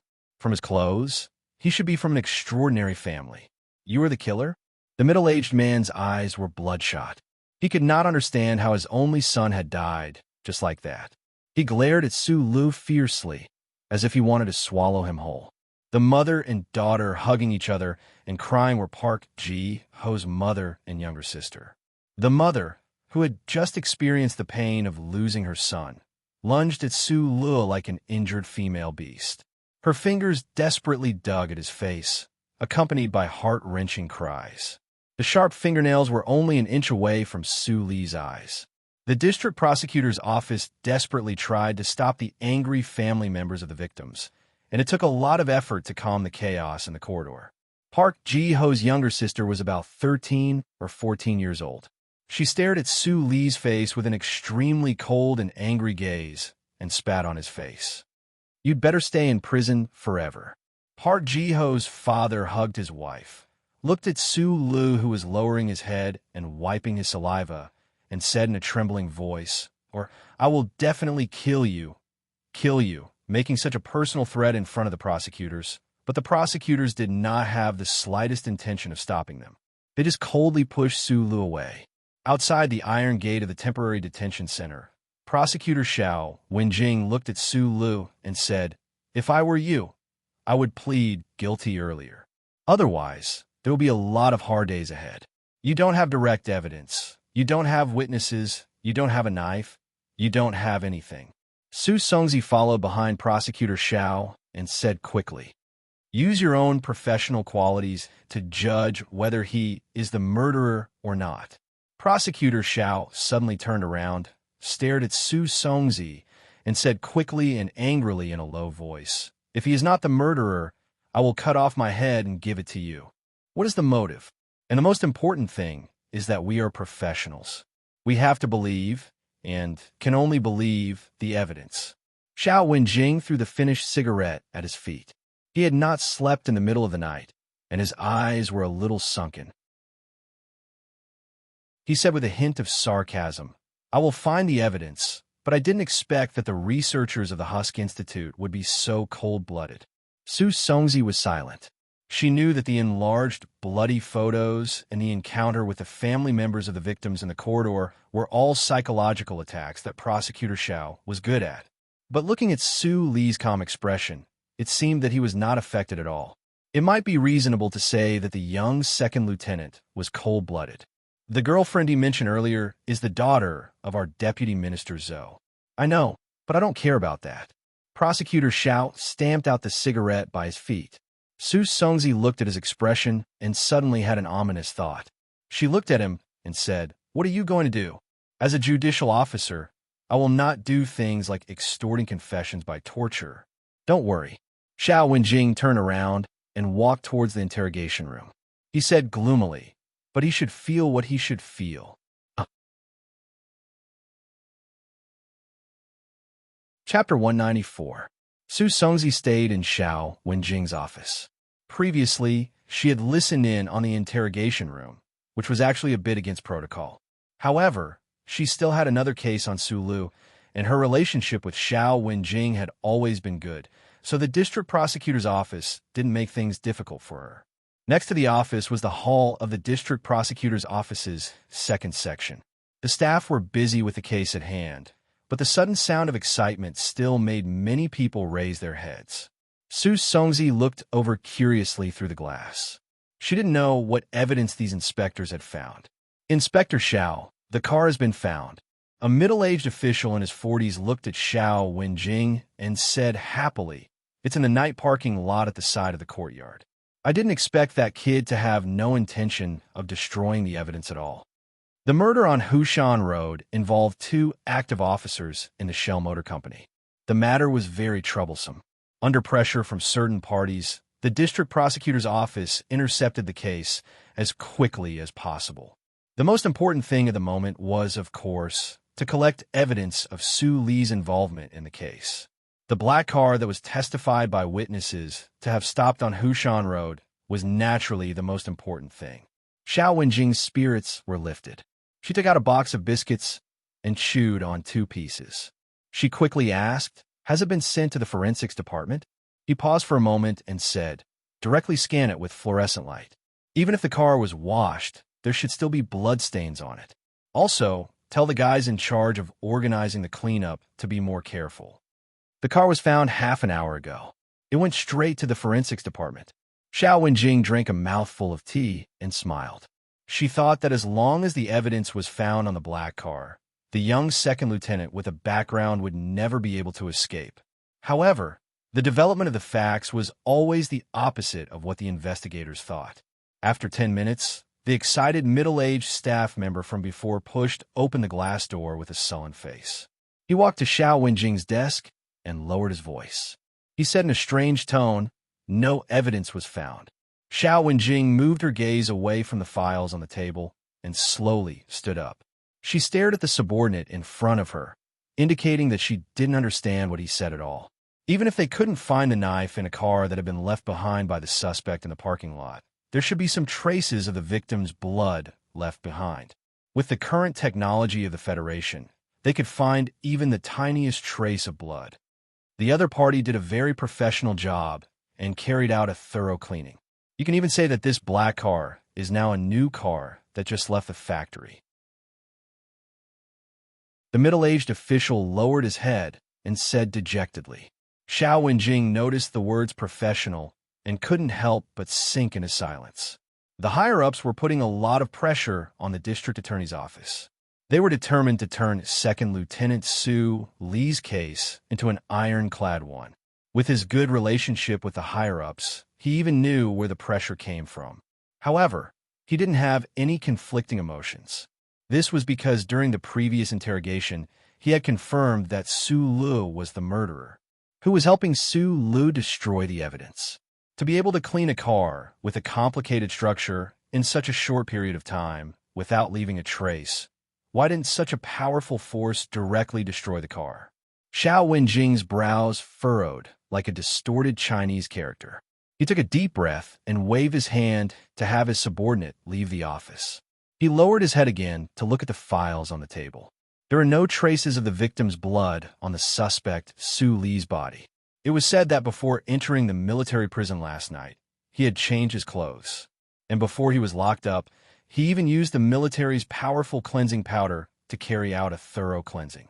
Originally, he was just a little regretful that the military prison's cleansing had destroyed the direct evidence that the district attorney's office might have gotten from Su Lu. Now that he thought about the black car that could no longer be used as evidence, he couldn't help but think, could it be that from the beginning, there was another group of people in the government secretly helping this suspect get off the hook? Could it be the Ministry of National Defense's Deputy Minister Zhou? Xiao Wenjing looked at the pictures of the crime scene on the table. Suddenly, he angrily slammed the table. The teacup shook and fell to the ground, shattering into pieces. The sound alarmed the staff outside the office. They all looked over with concern. They didn't know why their boss was so angry. The detention center behind the district attorney's office was filled with serious criminals. These criminals had already been interrogated by the police and sent to the district attorney's office to await trial. Some of them were sent back by the court for additional investigation. The lights in the detention center were bright, and the surveillance facilities were complete. Also, it was deep behind the district attorney's office. There had never been a prison break. The defense work was basically handed over to the electronic surveillance network, so there weren't many people. There were no beds in the room, only 2 rows of benches connected to the high-strength plastic wall. Sulu sat on one of the benches and calculated the time. Then, he turned his head and used his finger to write something on the wall. However, he couldn't leave a mark, so the other prisoners in the same room couldn't see it. The data is already in my hands. Next, I need to wait for the Thai family's response. Then, I need to enter the engineering department and create the new generation mecha. At the same time, I need to finish modifying the simulation system that I want to use. Then, I need to find a way to implant my own control program into the prototype mecha in the warehouse. Senator Macklin is already in cahoots with the Iron Calculator family. His campaign funds are abundant.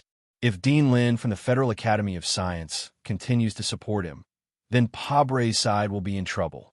If I can make the Federal Academy of Science lose face during the research on the new mecha, then their alliance will be much weaker. I think that Dean Lin won't have the face to stand on the political stage again. After the assassination, the Thai family wasn't willing to deal with Senator Macklin directly. That was because there was no evidence.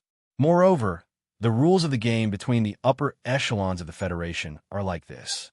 If Senator Ross and Senator Macklin really become the president, then the most I can do is get my hands on a mecha. What use can it be? Sulu silently wrote on the wall. Ever since that firework display, he had cried in the cafe of the 1st Military Region's living area. The smile on the young man's plain face had decreased a lot, and he had become much quieter. No one knew what he was thinking in his heart. Tai Ziyuan didn't know. Sure, Qinghai didn't know. Zoe didn't know. That mysterious and omnipresent Thai family also didn't know. Only he himself knew. He had been waiting for a certain moment. If the laws of the Federation didn't satisfy him, then he would become the law himself. This was an arrogant and wrong idea, but Sulu persisted. The arrest of the young second lieutenant of the Husk Institute didn't attract much attention at this time. No one knew that at this time, he was repeating the plan that he had been repeating for half a year. That plan that seemed a little whimsical. The district prosecutor's office questioned him 3 times. Other than the first time, when Sulu said something, he remained silent for the rest of the time. He watched as the minutes and seconds passed. It was already late at night. He seemed calm, but in reality, he was beginning to have a strange feeling in his heart. Could it be that even with the wisdom of the madam of the Thai family, she couldn't understand what kind of impact the Federal Academy of Science would have on the voters if they were biased in the election? Or could it be that the political power represented by the Thai family had determined that the Academy of Science had already obtained the data and didn't believe that they still had the capital? Right at this time, the lights in the corridor suddenly dimmed. The night sky outside the window mixed with the faint moonlight and sprinkled into the cell. The atmosphere in the cell that had been silent all day suddenly became strange. There were 6 people in this cell. Other than Sulu, who had been silently pondering, there was another person who had also been silent. That person was still silent. Other than him and Sulu, the other 4 people stood up and walked toward Sulu, who was in the corner. The person in the lead had a fierce face. He was about 185 meters tall. His arms were hanging by his side like they were cast from iron, swinging nonstop. That person lit a cigarette and looked at Sulu with a gloomy and cold gaze. A buzzing sound was heard. The 3 surveillance cameras around the cell suddenly turned off. Sulu narrowed his eyes and looked at the surveillance camera. He seemed to have understood something. Although he had never been in prison before, he was still an orphan. He didn't know how many times he had heard from Li Wei about the black prison. That big guy laughed silently and smashed his fist towards Su Li's head. The other people around him also pounced at the same time. It seemed like they wanted to beat Su Lu to death. Su Lu stood up. His feet moved quickly within the small space on the ground. He struck the armpit, elbows, knees. His movements were extremely fast and clean. He fiercely kicked the lower abdomen of the person beside him. That person groaned and was kicked 3 meters away. He fell heavily onto the plastic wall. Before he could fall to the ground, he vomited blood and fainted. He turned around and blocked the big guy's arm. He raised his arm and elbowed the guy's sternum. The big guy was like an iron tower that lost its balance. With a crack, he collapsed under his feet.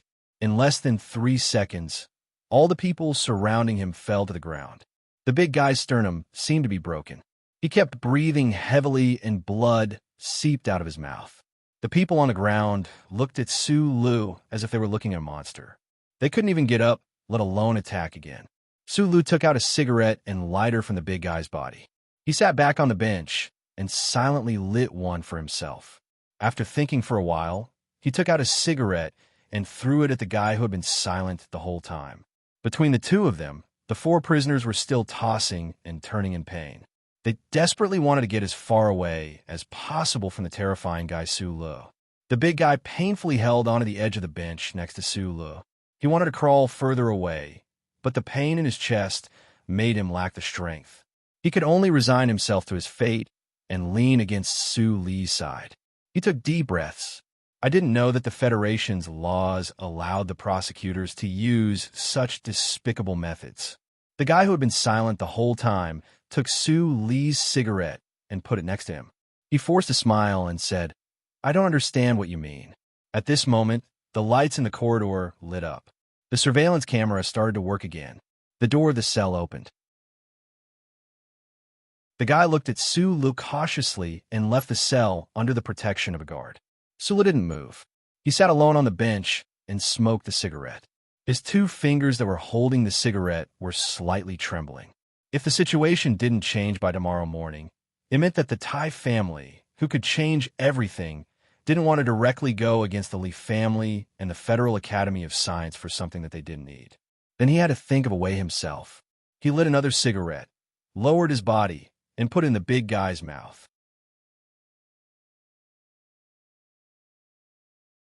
Chapter 195. Inspector Xiao, your method is useless. That guy doesn't look like a civilian soldier at all. He took down 3 in one move. The guy who had been silent in the cell was a staff member of the District Procurator General's office. He stood in front of Xiao Wenjing and hesitated for a moment before saying, "This is illegal. What if someone finds out? I've never asked you to do this before." Xiao Wenjing rubbed his throbbing temples and turned his head to look at the capital's night view outside the window. "Don't worry. If anything happens, I'll take care of it for you." Xiao Wenjing had never used such a despicable and shameless method before.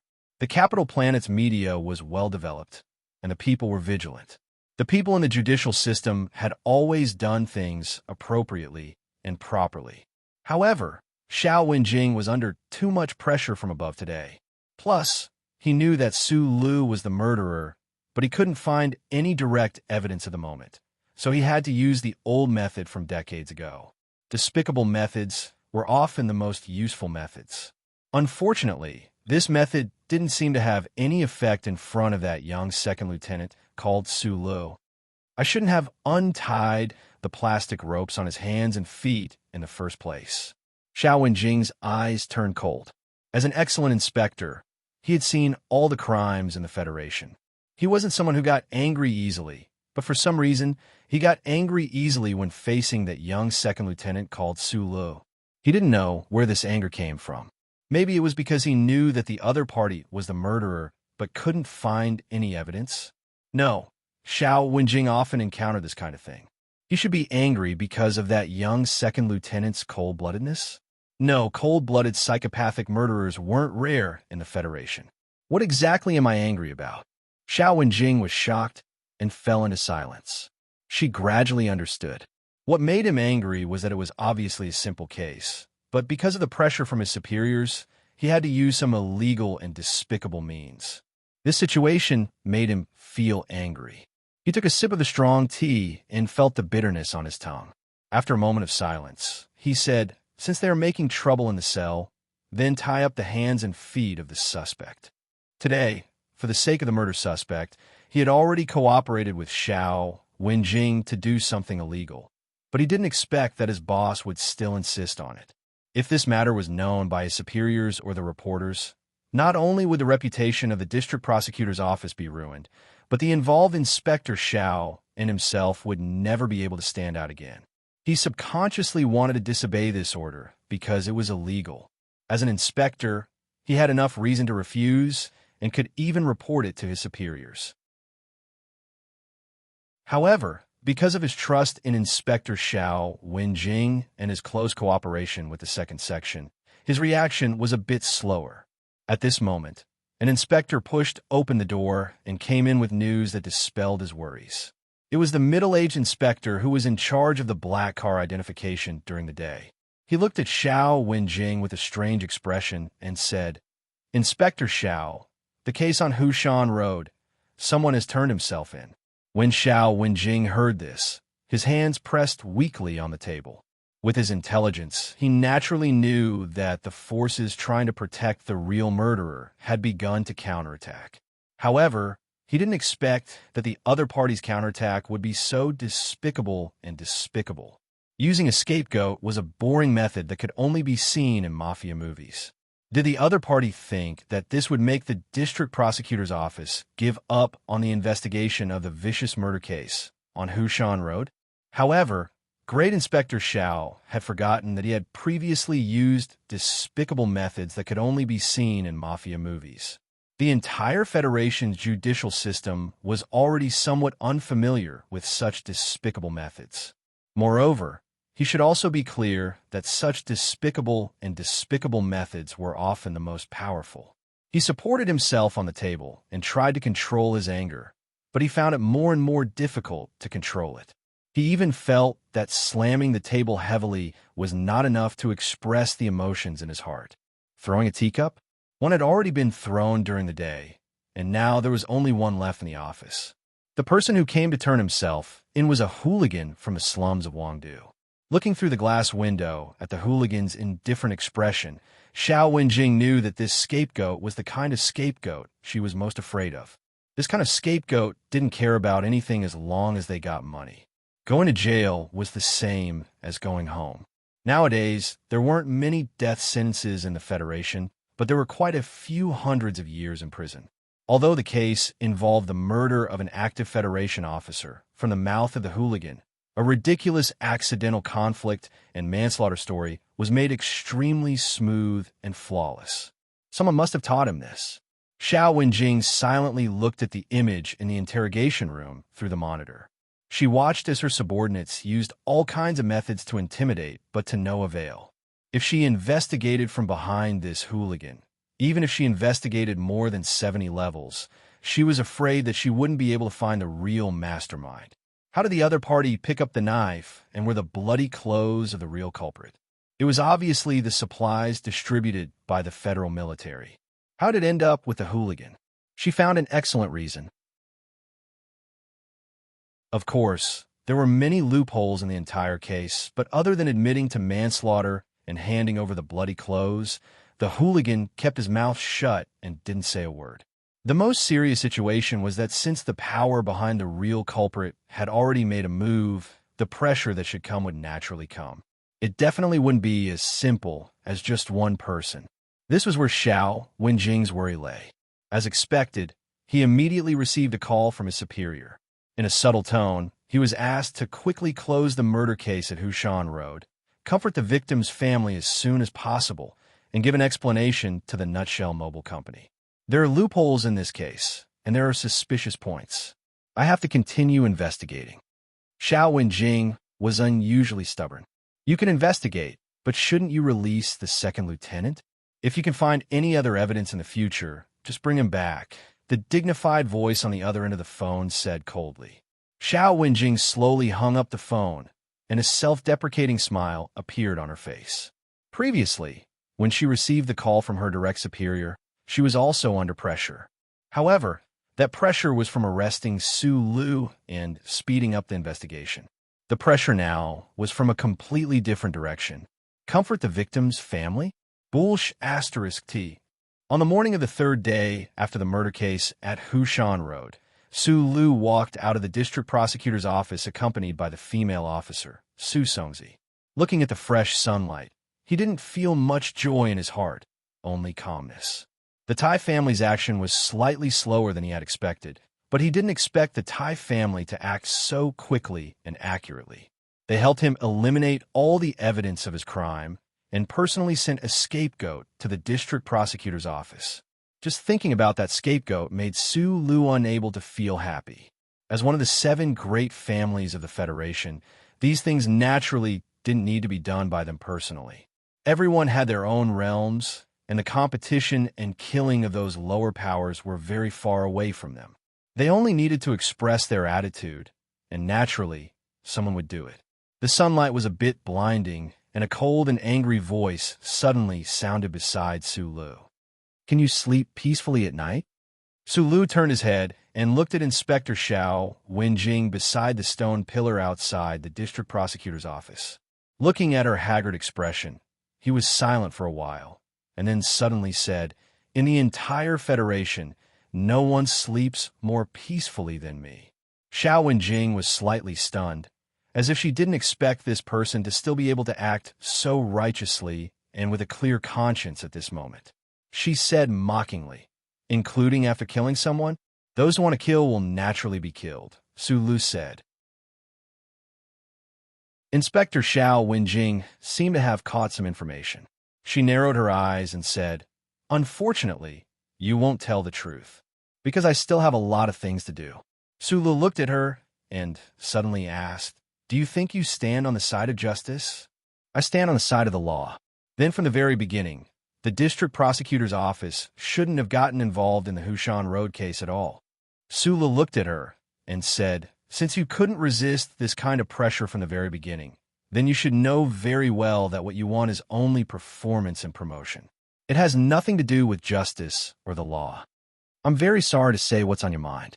Su Lu turned around and walked towards the black car at the bottom of the stone steps. Behind him, Inspector Xiao Wenjing fell into deep thought after hearing these words.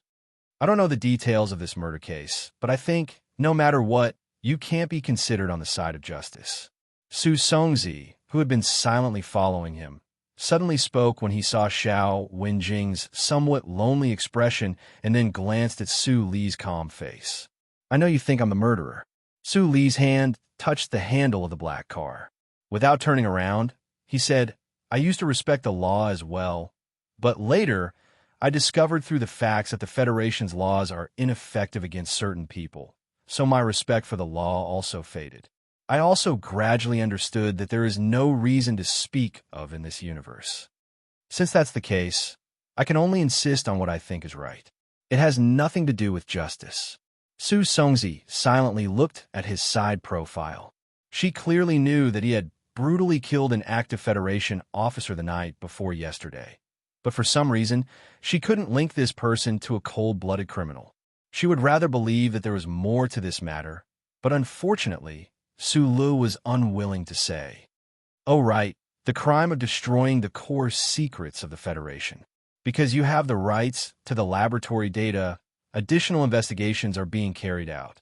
You will temporarily be placed under residential surveillance and won't be forcibly detained." Su Songzi laughed self-deprecatingly. She thought about how the Federation's laws that she had studied for so many years were actually so weak in front of these invisible existences. She said lightly, "Congratulations. If there are no accidents, you shouldn't be sent to the military court again." Su Lu softly said thank you to her, then sat in the back seat of the black car. The black car drove away from the busy entrance of the district prosecutor's office. Su Songzi hugged the case file in her arms and quietly watched the black car disappear around the corner. She silently thought to herself, what exactly does this young officer have to attract the attention of so many powers in the Federation government? This definitely isn't just related to Deputy Minister Zhou. After leaving the district prosecutor's office, Su Lin knew that the Tai family had started to make their move. Since the murder case could be reduced to nothing, then naturally, the problem in the nutshell laboratory could also be suppressed. He didn't know how they did it, but he was thinking about what they wanted him to do next. "Madam is waiting for you." A middle-aged man sat in the driver's seat of the black car. Su Lu silently looked at his back. For some reason, he thought of Butler Jean.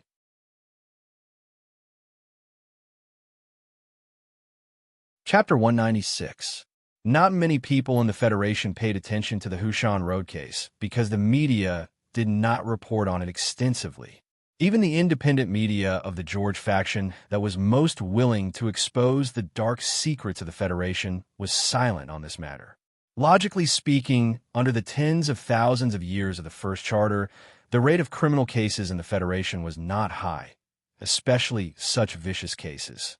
Moreover, the suspect and the victim were both young officers from the Federation's Shell Motor Company. There were too many articles that could be written about this case by the reporters. However, whether it was because the case had happened too recently or the reporters had too little information, or because the district attorney's office had kept a tight lid on the case, the news did not spread widely. Now that a reckless hooligan had confessed, the young second lieutenant involved in the case had left in a relaxed manner, and the Hushan Road case would naturally be gradually forgotten. Similar to this case, many people knew that the Shell Motor Company Research Institute laboratory had been smashed by someone with an axe. For the Federation, the data that could affect the development of the new generation of mecha was obviously much more important than an officer who had just entered the federal military. However, this matter involved the secrets of the Federation, and no news media would touch this red line. Yesterday morning, the laboratory that had been smashed to pieces by Su Lu had been completely sealed by the military police. Immediately after, the core data inside had all been transferred. It was not difficult for the Federal Academy of Science to obtain access to the central database. On the surface, the data was still quietly stored in a remote room in the Husk Institute, but Su Lu and many people involved in this matter knew very well that the people in the Federal Academy of Science had already obtained the data. Unfortunately, no one had evidence to prove the actions of the Federal Academy of Science, just like how the district attorney's office had no evidence to prove that Su Lu had committed murder, or like how Dean Lin of the Federal Academy of Science had plagiarized Professor Shin's research results many years ago. The Free and Fair Federation was indeed just a slogan. Outside the high-amplitude particle laboratory of the Federal Academy of Science and Technology, Secretary Luo was on the phone with someone. He maintained a smile on his face as he responded to the other person's thanks, but his eyes were looking inside the laboratory. After the call ended, Secretary Luo did not rush into the laboratory to report this important call.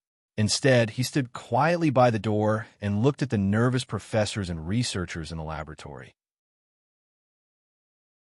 The high-amplitude particle laboratory of the Department of Technology was a large-scale laboratory that Dean Lin had applied for a large amount of funds from the Federation Management Committee to build. The department head of this laboratory and the researchers were all very outstanding and capable. Through the filtered glass, Secretary Luo looked at the crowd in Laboratory Area 3. In the middle of the crowd, Dean Lin was sternly scolding something. He knew that the data from the Shell Motor Corporation Research Institute had now been quietly transferred here. With the Federal Academy of Science's powerful research and development abilities, it would not take long before the key problems of the Federation's new generation of mecha would be solved. The Federal Academy of Science and Dean Lin, who was in charge of this research, would once again receive the praise and respect of all Federation citizens. As for Professor Shun and that young assistant researcher who had actually created these things, one was already dead, and the other was already marginalized.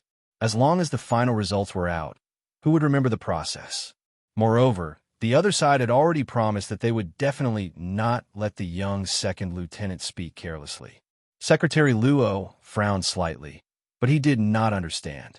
The other side clearly knew that once the research of the Federal Academy of Science was successful, Dean Lin would personally come to support the election of Governor Ross and Senator Medellin.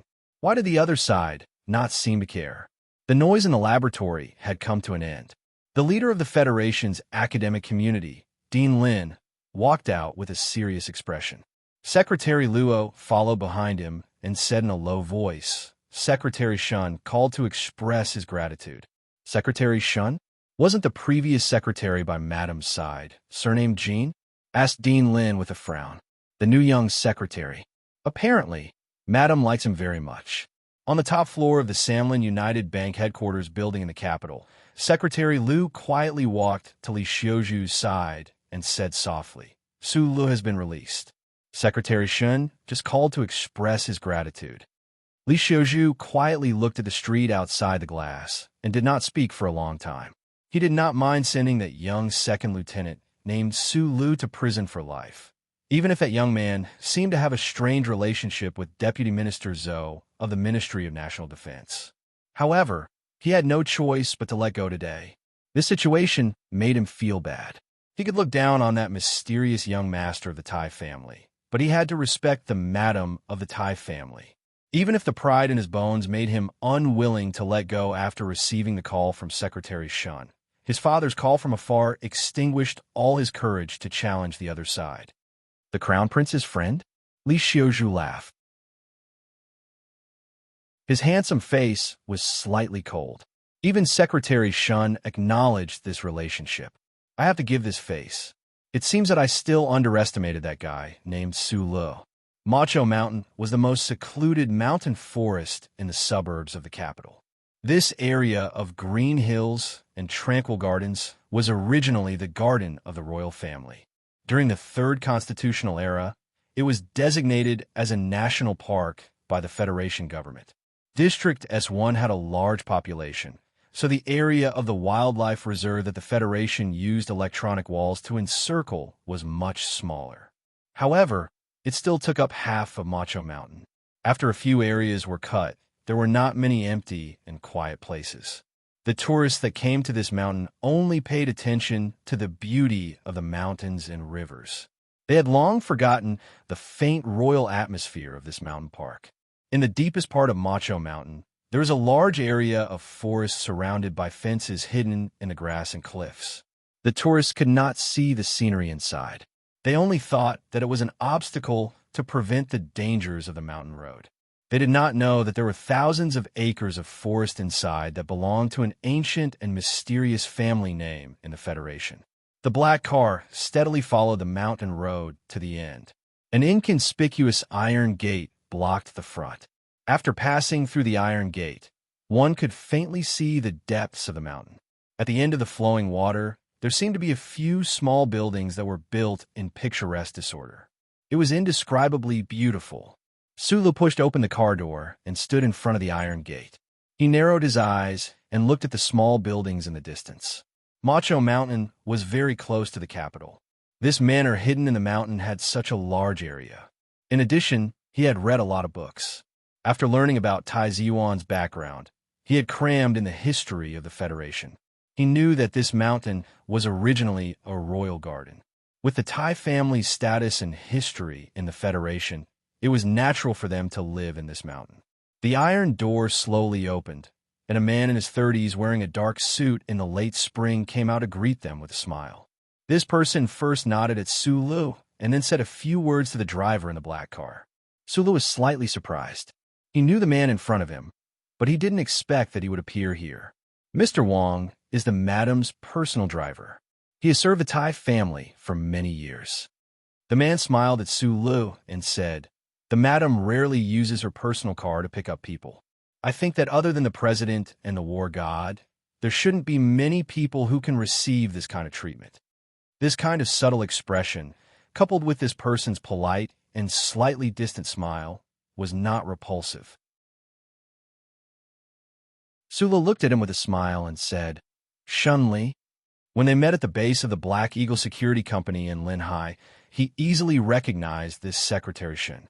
"I'm the madam's secretary now," Shun Li said with a smile. The Black Eagle Security Company was one of the 3 major security companies in the Federation. With Shun Li's age, he was able to become a senior manager of the Black Eagle. That day, under the instructions of Tai Ziyuan, he had full authority to command the operation in Linhai. He was already a very impressive person. However, in less than half a year, he actually became the secretary of the Madame Tai. Sula couldn't help but be a little surprised. Although Tai Ziyuan had already passed the coming-of-age ceremony, which was completed with his help, Sula knew very well that the real power of the Tai family of the 7 major families in the Federation was still in the hands of the High and Mighty Madam. The secretary of the Madame Tai, when put on the stage of the Federation, was enough to talk to a governor as an equal. Compared to the senior manager of the Black Eagle Security Company, this was undoubtedly a big step forward. Madame Tai is waiting for us. A bicycle slowly came to the side of the two. Secretary Shen smiled and explained, the madam doesn't like the smell of gasoline, natural gas, and liquid hydrogen mixed with the smell of chemical products, so all the cars in the park are electric bicycles. Sula nodded and didn't say anything more. He followed Secretary Shun onto the bicycle. The picturesque, small buildings at the end of the mountains and rivers seemed to be very far away, but in fact they were very close. It didn't take long for the electric bicycle to take them to the front of the small building. On the right side of the small building was a long corridor. The corridor was covered with long green vines. The new leaves were like jade, and the yellow flowers were just blooming. Looking through this long corridor, a small dam could be seen not far away. The mountain stream of the back mountain was blocked by this dam many years ago, and a small Xiaoping lake in the mountains was formed. The small building was under the mountain forest by the lake. Walking along the stone steps towards the deep courtyard, Sulu lowered her head slightly, but her ears were listening to the sound of the mountain wind blowing through the forest and the lake rippling. She was not surprised to feel that there were many people hidden in the surrounding forest. She could not see any of the Tai family security personnel with her eyes, but she could hear and feel that his pair of knife-like straight eyebrows slightly raised. Noticing that he was listening, Secretary Shin's footsteps slowed down slightly and immediately returned to normal. His lips slowly released a smile, and he felt a little surprised by Su Li's attentiveness and ability. The two men walked to the second-floor terrace of the small building deep in the courtyard and naturally stopped. Sulu took a deep breath and made his expression as calm and gentle as possible. Even if he was really a stone, he was still nervous knowing that he was about to meet such a big shot as Madame Tai. There was a parasol on the terrace. Under the parasol, there was a small white table, a few plates of pastries, a pot of tea, and two women.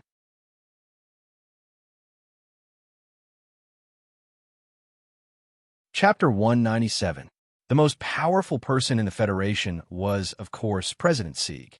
The Vice President, the Chairman of the Federation Management Committee, the Director of the Federation Investigation Bureau, the National Security Advisor, and the Director of the mysterious Bureau of Proclamation. These were all important figures who stood beside the President, who stood at the pinnacle of power in the Federation. The chief executives of the various regions, as well as the governors of large states like Ross, were all people of low status. However, the one with the highest prestige in the hearts of the Federation citizens was the old man from the Lees of Philadelphia. Outside of the political structure of the Federation, the 7 great families were hidden in the shadows. However, they possessed sufficient power to stand up against these important figures mentioned above. This was especially true for the Zhong family from the West Woods, who had been stationed at the edge of the universe for generations. They were akin to warlords. The Tai family was the most mysterious and low-key of the 7 great families. All these years, the leader of the Tai family had always been a woman. Ever since she got engaged to the previous head of the Tai family at the Double Moon Festival Ball at Yue University, that woman had been the most powerful woman in the Federation since she was in her 20s. Especially now that the Tai family was gradually stepping into the limelight, the existence of this woman was even more important. Every decision she made could possibly affect the future of the entire Federation. After becoming friends with Tai Ziyuan, Sulu learned about the history of the Tai family and their status in the Federation. He had once been curious as to what kind of person this powerful Lady Tai was. After coming to the capital and entering the Nutshell prison, especially after being released from prison for the past 2 days, he had truly felt the terrifying influence that the Tai family had on the Federation. Thus, this curiosity had become even stronger. Sitting in a black car, sitting on an electric scooter, looking at the scenery of the lake and mountains, looking at the ivy-covered corridor, Su Li's mood didn't relax at all. This was because he knew that he was about to meet that woman. He kept guessing in his heart what kind of person Lady Tai should be.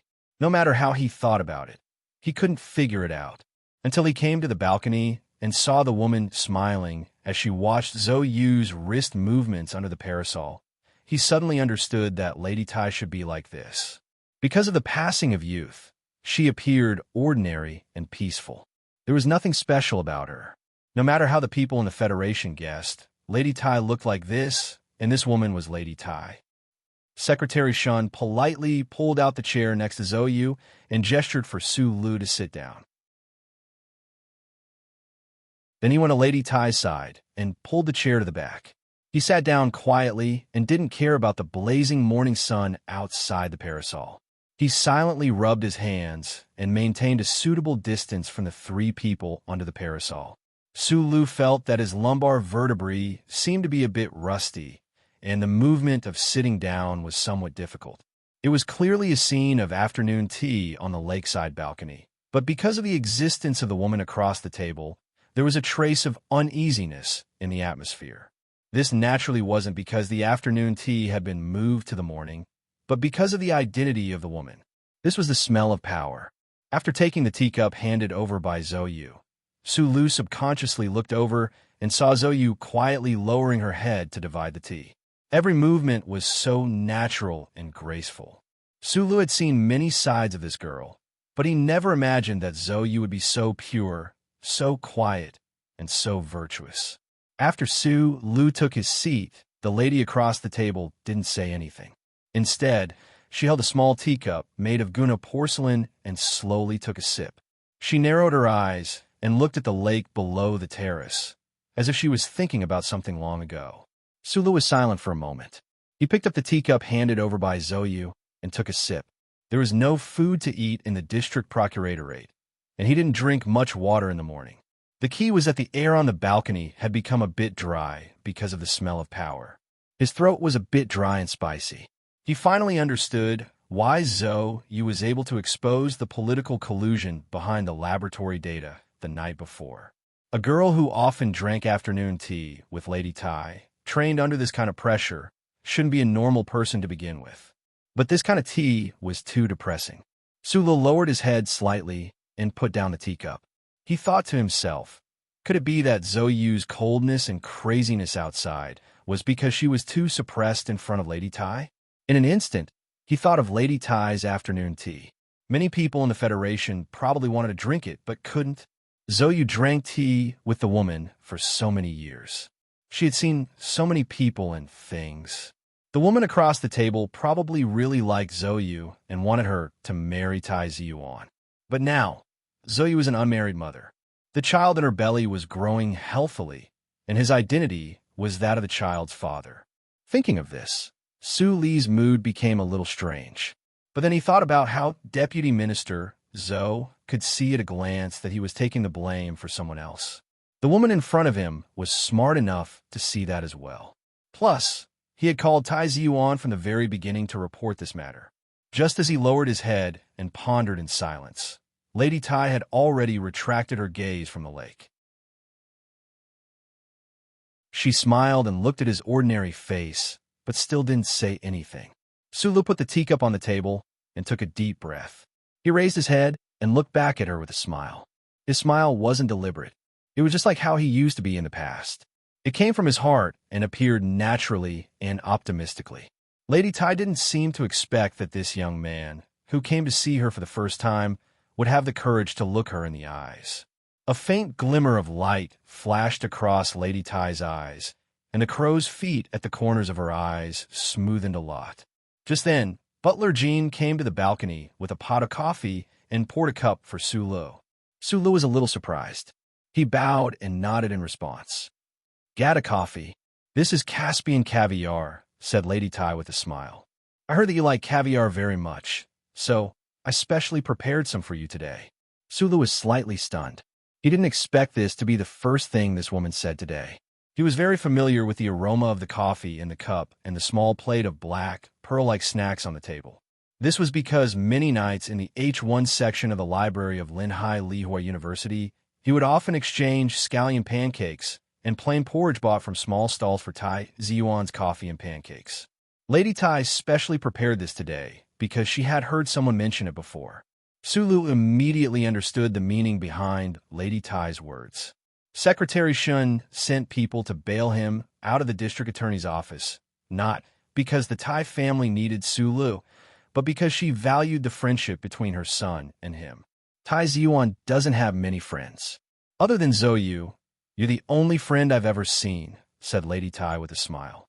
Sulu took a sip of coffee and ate a piece of caviar to satisfy his hunger. When he heard this, he laughed. He believed that Lady Tai definitely didn't hear it from Tai Ziyuan himself, but from Butler Jean. After all, Tai Ziyuan should know very well that he didn't like this kind of weird-tasting, luxurious biscuit at all. I heard that you used to be a soldier in Donglin District. When did you enter Yue University? Drinking tea on the terrace was something that only the upper class of the Federation liked to do. However, different classes of celebrities gave off different vibes. Presumably, there weren't many people in the Federation who had the right to occupy half of the national park and become the backdrop for a tea party. However, no matter what kind of tea they drank, other than a very small number of people who drank alone, it was all a means of communication. What they drank was secondary. What they talked about was more important. Sula held his coffee cup and narrowed his eyes.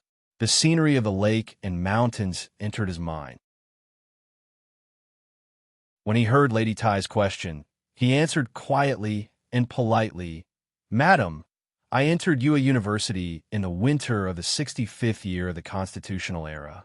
"Oh, back then, Tai Ziyuan's father and I also studied at Yue University. How are the flowers in Yue Garden blooming now?" "Very beautiful," Sulu answered. "I spent most of my time beside the iron gate of Yue Garden. I took a lot of photos. At that time, I lived in the girls' dormitory in Plum Garden." The ordinary-looking Lady Tai spoke normally. She didn't seem to be probing him.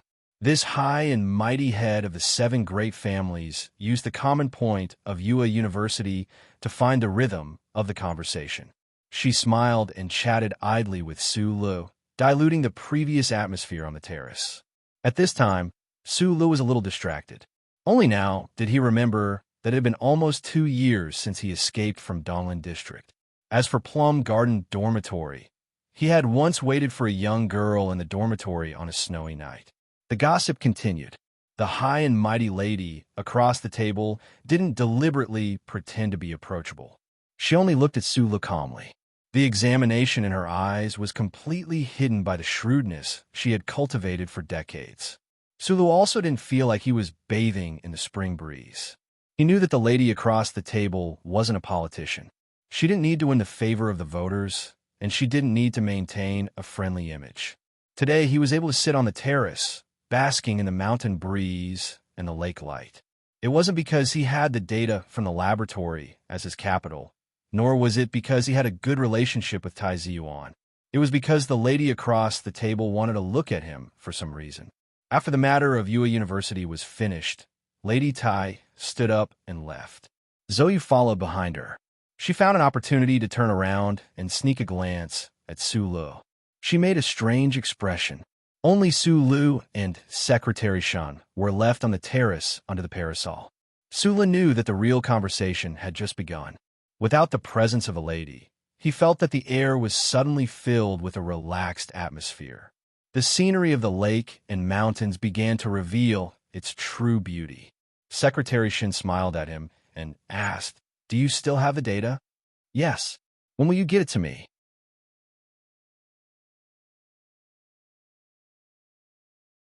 Chapter 198.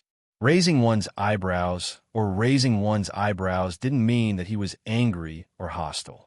Little Lin knew very well that he had no reason to be angry or hostile on the terrace of Macho's back mountain. Thus, he smiled. It was not the kind of smile one would have when one accepted his fate, nor was it the smile he had when he was in front of Lady Tai. He was just smiling. Thus, Secretary Shun also smiled. He personally poured another cup of coffee for Sulu and then sat back in his chair, quietly waiting for the other's reply. As Lady Tai's secretary, Shunli understood the style of the 7 major families of the Federation very well. The Iron Schemer was not only referring to this family's meticulous planning, but also to the fact that this family planned before making a move, not leaving any benefits for the opponent. The Iron Schemer and the Federal Academy of Science had worked together, so the Tai family's reaction had been much slower to begin with. Thus, in the end, Secretary Shun did not believe that this young man in front of him had really grasped the data. However, since Madam believed, he could only believe. Su Li's mind was filled with many shocking things, but his personality definitely did not have such elements. After taking a sip of coffee, he raised his head. Previously, Madam Xian had only wanted to take a look at him. Right now, the conversation between her and Secretary Shun was about the actual details, and it was clear that Secretary Shun was a very busy person and also a very direct person. Thus, he also very directly stated his conditions. I want to face the mecha directly, and you all can't monitor me. He was not used to this kind of bargaining and scheming conversation, so he had laid out his bottom line right from the start. Secretary Shun frowned slightly, somewhat unexpectedly feeling a trace of possibility from Su Li's tone.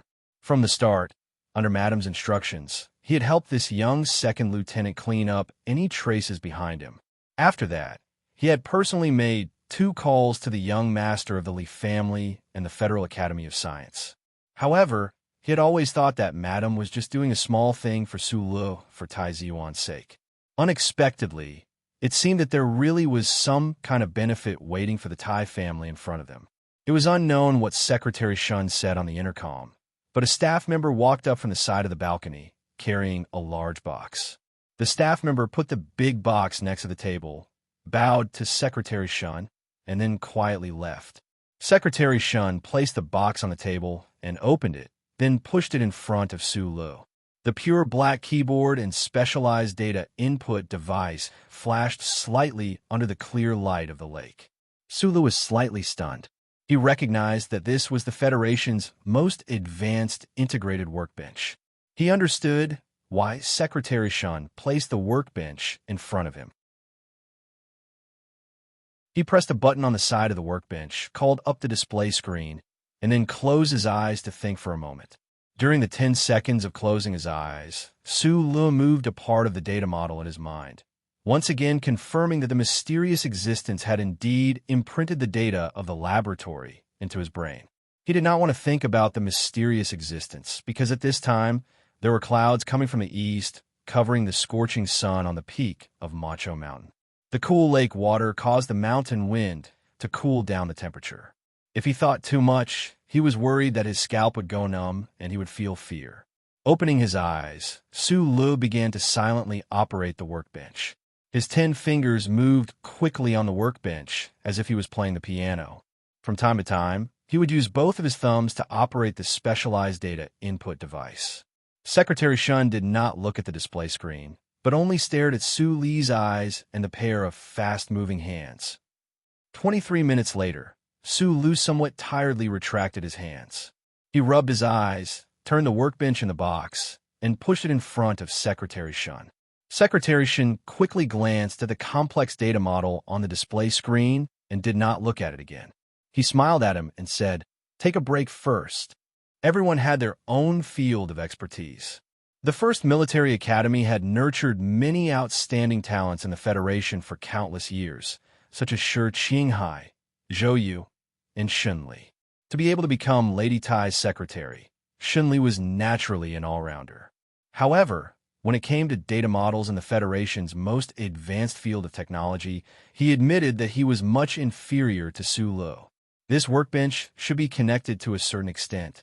The Tai family had specialized technicians analyzing the meaning of this data model, Su Li thought. A few minutes later, Secretary Shun slightly closed his eyes, as if he was listening to the sound of the communication device in his ear. A moment later, he slowly raised his head. However, the gaze he used to look at Su Li now was much more formal, much more serious. "It is very difficult for me to agree to your conditions just now," Secretary Shun said sincerely. "The development of the new generation of mecha in the Federation is a systematic project. Even if you have mastered the most critical technology, you cannot complete this project alone. This will require the cooperation of at least 1,000 engineers." Su Li listened quietly, his eyes fixed on the layer of white foam swirling gently in his coffee cup. No one knew what he was thinking. I need a MX prototype mecha for research. Professor Shin's name must be on the Federation's list of manufacturers of the new generation of mecha. Sulu lowered his head, looked at the coffee cup, and said, I did not hesitate to kill and set fire to the data in the laboratory. This is all for this. Why must you participate in this process? Other than the government, or in other words, the Shell Motor Company, no one else in this world can provide these industrial foundations. Secretary Shun stared into his eyes and said coldly, the Tai family may be able to, but the Tai family has done so much for you without any benefits. This agreement is very difficult to reach. No matter how good your personal relationship with the young master is still the same. I admit that I cannot change anything by myself. The development of mecha does indeed require the large industrial foundations you speak of. So if you want to compete with the Federal Academy of Science for time, I need to stay at the Shell Motor Company to watch closely. Su Lu raised his head and said, as for the issue of benefits you mentioned, since the success of the new generation of mecha in the Federation will affect the presidential election, then I think that from Madam's point of view, it does not matter who develops the new generation of mecha, as long as it is not Dean Lin. The Tai family does not need the false reputation of developing the new generation of mecha. They only need someone else to succeed before them. Sula looked at Secretary Shun's thoughtful face and continued, but my teacher really needs this false reputation.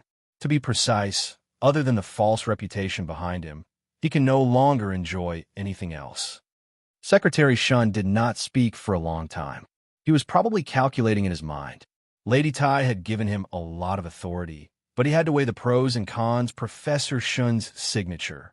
I can promise you, and I can tell you clearly that if you give me the data, the Shell Motor Company will still be the one to carry out the specific research work, Secretary Shun said calmly. We have a certain amount of influence over the Shell Motor Company. Coincidentally, the Shell Motor Company does not have anything to do with the Federal Academy of Science. In the past, Su Lu would have been shocked when Secretary Shin said that he could influence the Shell Motor Company. However, facing the terrifying power of the 7 major families of the Federation, he was already numb to it. He only said softly, the data must be in my hands. In that case, can I go directly to the Shell Motor Company? Can you not go to the Shell Motor Company? Secretary Shun suddenly said, how about this? I'll arrange for you to go to the Whitewater Company. As for the data, I'll set up a direct channel. You can contact the people in the Shell Motor Company directly. The development of a new, epic-making mecha for the Federation was a great honor, and naturally also a great benefit. If Secretary Shin agreed to all of Su Li's requests, the Tai family would not be able to gain any advantage. However, for some reason, Secretary Shun suddenly gave in. Whitewater Company. Su Lu suddenly remembered that the first test of the prototype MX mecha for the Federation seemed to have taken place at this Shell Motor Company. However, the problem was that the Tai family's strength should be at Black Eagle. Why would they send him to Whitewater? These past few days, you've caused too much of a ruckus in the Research Institute. In addition to the incident at Hushan Road, who knows how many pairs of eyes will be watching you. It's not suitable for you to stay in the Shell Motor Company's headquarters any longer, Secretary Shin said. The only place that can meet your requirements is the Whitewater Company, said Secretary Shun. The Shell Motor Company is definitely out of the question. If you appear in the Shell Motor Company, both the Li family and the Academy of Science will be wary. Su Lu was silent for a long time before nodding. Secretary Shun smiled and closed the black workbench in front of him. He stood up and shook hands with Li Du when their hands touched. It meant that the agreement between the two parties had been reached. Su Lu did not express his gratitude to Secretary Shun for saving him from the district attorney's office. Secretary Shun also did not represent Lady Tai to express her gratitude to Su Lu for his performance at the Linhai State Gymnasium. Those matters were on another level. Secretary Shin suddenly looked at him and asked, I'm very curious about something. I heard that half a year ago, The Crown Prince personally invited you to join the Tai family. You never agreed. Why are you willing to cooperate with us this time? If I join the Tai family, I will be Tai Ziyuan's subordinate, Su Lu said with a smile. Cooperation is equal. Secretary Shun's smile became somewhat profound. This young man in front of him actually wanted to cooperate with the Tai family on an equal footing. What kind of arrogant and presumptuous thought was this? However, there was not a single trace of arrogance in the other party's honest expression. There was only a trace of absurd sincerity. Beside the window on the top floor of the small building facing the lake, Lady Tai silently looked at the lines of the lake. The lines at the corners of her eyes were like the things she had experienced over the years. They gradually accumulated and could not be undone. She quietly listened to the voices beside her. She did not miss any of the words that Secretary Shun and Su Lu said. When she heard the word cooperation, she could not help but smile. She could hear that Su Lu was not used to this kind of bargaining. She could also hear that this young man was immature and stubborn. She did not dislike this point. Instead, she felt that it was somewhat interesting. The metal in her hand was slightly cold. Lady Tai lowered her head and looked at the small tool in her hand. This was the small blue device that Su Lu had left behind in the Nutshell Laboratory. Since the beginning, the Tai family's influence in the Federation had been secretly cleaning up for him under the instructions of this madam. They naturally did not leave behind this device.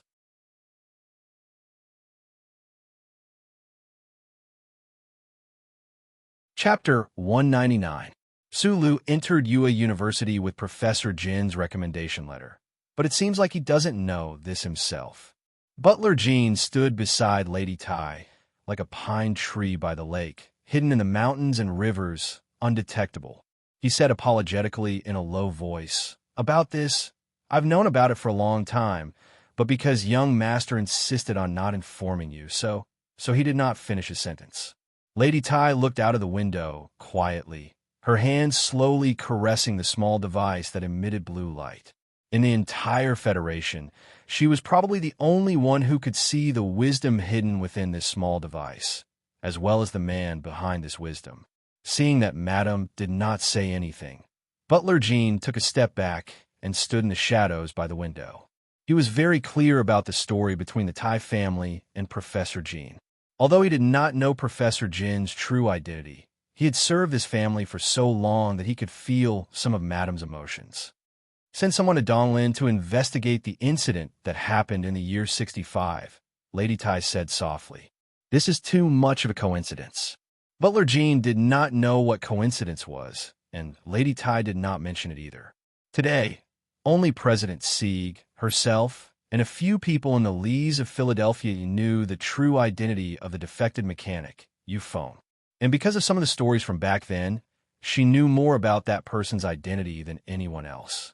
From the beginning, Lady Tai did not believe that person would die so quietly.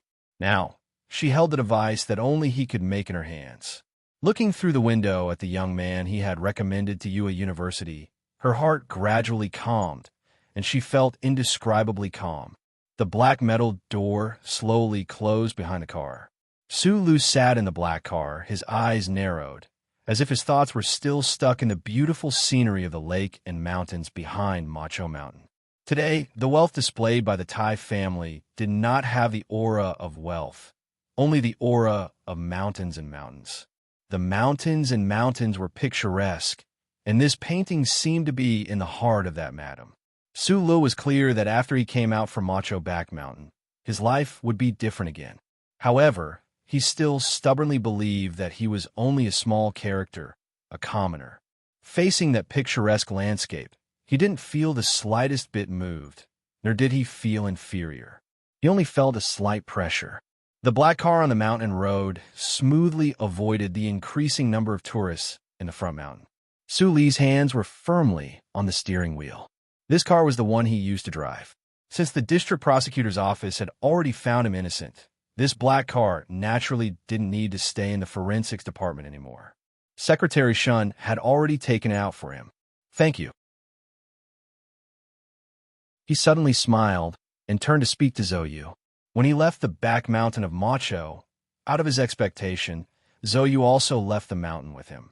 He knew very well that after he sent Zhou Yu to the West Mountain compound of the Ministry of National Defense 2 nights ago, this girl must have told the whole thing to Madame Tai in the first instant. Sula didn't know that Lady Tai had already begun to suspect the relationship between him and that uncle. He only thought that if this girl beside him didn't help to analyze the situation and ask the Tai family to help at the first moment, then his life would be very difficult. He might really become a fugitive in the Federation again. Zhou Yu laughed self-deprecatingly, her hand gently stroking her belly. Her belly was already very big now. She was gradually approaching the life of a young, unmarried mother. Her face without makeup looked slightly haggard and nervous. Her feet were a bit swollen, and she wore a pair of loose cloth shoes. Her entire person didn't have the slightest trace of coldness, only a trace of frustration in the tranquility. She slowly turned her head and looked at Su Li's smiling face. She couldn't help but tilt her head and wonder in her heart, what exactly is this guy's nerves made of? It's the first time you've seen Madam, but you can still be so calm. Su Lu, you surprised me again, Zhou Yu said. Su Lu was silent for a moment, then said with a smile, I'm just pretending. Zhou Yu also smiled. Su Lu didn't say anything else and focused on driving. On the mountain road, the black car's autopilot wasn't enough to be completely trusted. His gaze calmly stared at the winding mountain road, but in his heart, he was thinking about something else. He knew very well what kind of colossal power the Tai family was. In front of this family, no one could hope for the possibility of equal cooperation, even if he now had the only set of laboratory data in the Federation. However, Secretary Shun had nodded earlier, and the Tai family had even given up most of the benefits. This made him a bit confused.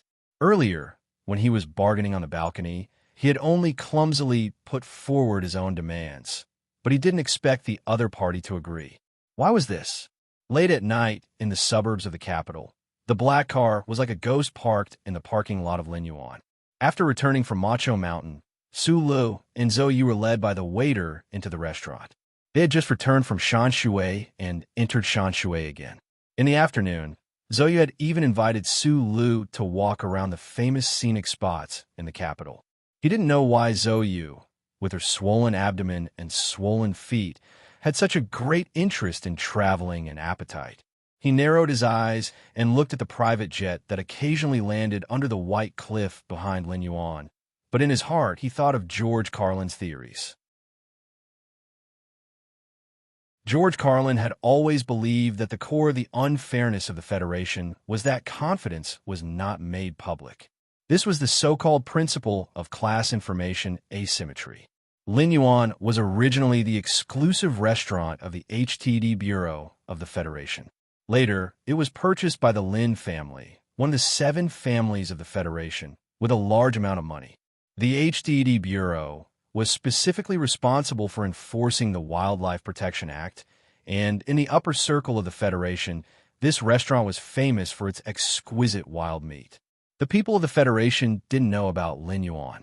Even if they had heard some rumors, they didn't know the specific details.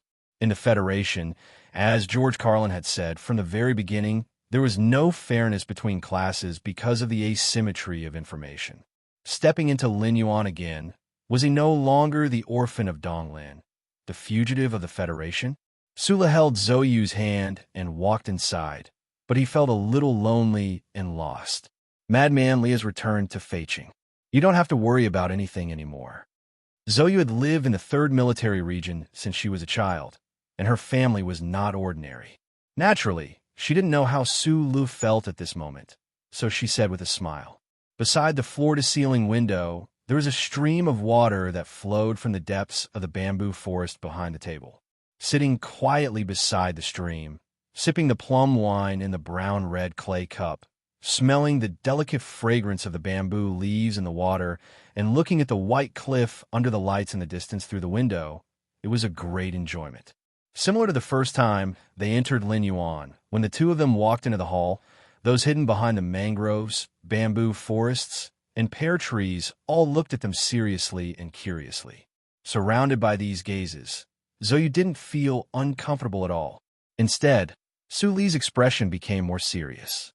Sitting in the bamboo house with the best seats, it didn't take long for people to come over and greet them. Those were the people with good eyesight in the capital.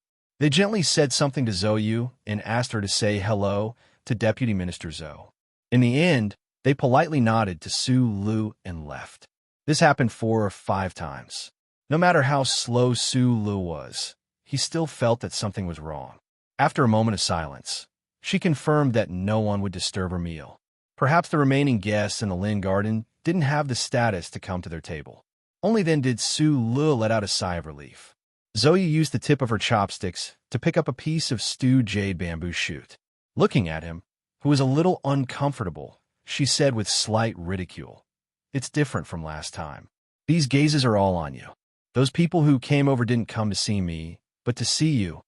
The news spread so fast." Su Lu bent one leg and held a small wine cup in his hand. At this time, there was no one to disturb him, so his movements were much more casual. However, this posture was a little out of tune with the extremely elegant scenery around them. The news he was talking about was naturally about Secretary Shun calling a young second lieutenant in the Husk Institute. Only such news could make those people come over to talk to Zhou. Their real purpose was just to see what kind of person that young second lieutenant was. There is no absolute secret in the Federation, especially when some people don't want to keep a secret. Zhou shook her head. "Madam asked you to bring me to Lin Yuan." Su Lu raised his head and looked at Zhou. "Are you not used to it? You should know very well that everything is based on rules. Just like the Hushan Road case and the Research Institute case. You can find loopholes, but no one will directly go against the Federation's laws." Zhou looked at him and said, "You can't find loopholes, but you can't leave any loopholes. The style of doing things in the circle will never be too violent or direct, and they definitely won't use an axe to smash things." Looking at Su Lu, who was deep in thought and had a hint of conflict between his straight eyebrows, Zhou was silent for a moment before she said quietly, "I know what kind of person you are. You really don't belong here, but since you chose to come here, you have to do things according to the rules." She picked up a piece of bamboo leaf that was half green and half yellow from the flowing water beside her and quietly looked at the lines on the bamboo leaf. She didn't know if it was because she was thinking about her own life or something else, but her voice became a little lighter. Not to mention the capital, Harbor City, or other big cities in the Federation, there are many private clubs that are quieter and more luxurious than this place. However, those are all places for private gatherings. Only Lin Yuan is a place where one can express one's attitude.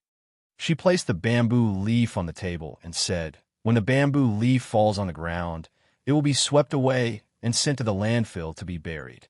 If it falls into the water, it will drift with the waves for a while. Eventually, you will be able to see the scenery that we are seeing right now." Su Lu turned his head and looked at the scenery outside the window through the glass. He opened his mouth and said, "It's a pity that there is no wind. It's not refreshing enough. The scenery here is not lively." He thought of the mines in the Donglin district. He and the uncle had eaten wild beef and held glasses of red wine. They had watched the red sunset in the dusky air and fall on the green grassland. That kind of enjoyment was much better than this Lin Yuan. "Su Lu," a somewhat surprised and pleasantly surprised voice rang out. A young officer had passed through the bamboo forest and walked to the side of the table. Su Lu was slightly startled. He didn't understand why Zhou would suddenly appear here. Suddenly, he remembered that Zhou was currently in the Nutshell Engineering Department. His heart jumped, and he turned to look. Zhou had her head tilted and was calmly drinking something. In an instant, he understood that this was not a coincidence. He couldn't help but sigh at Secretary Shun's quick and careful arrangements.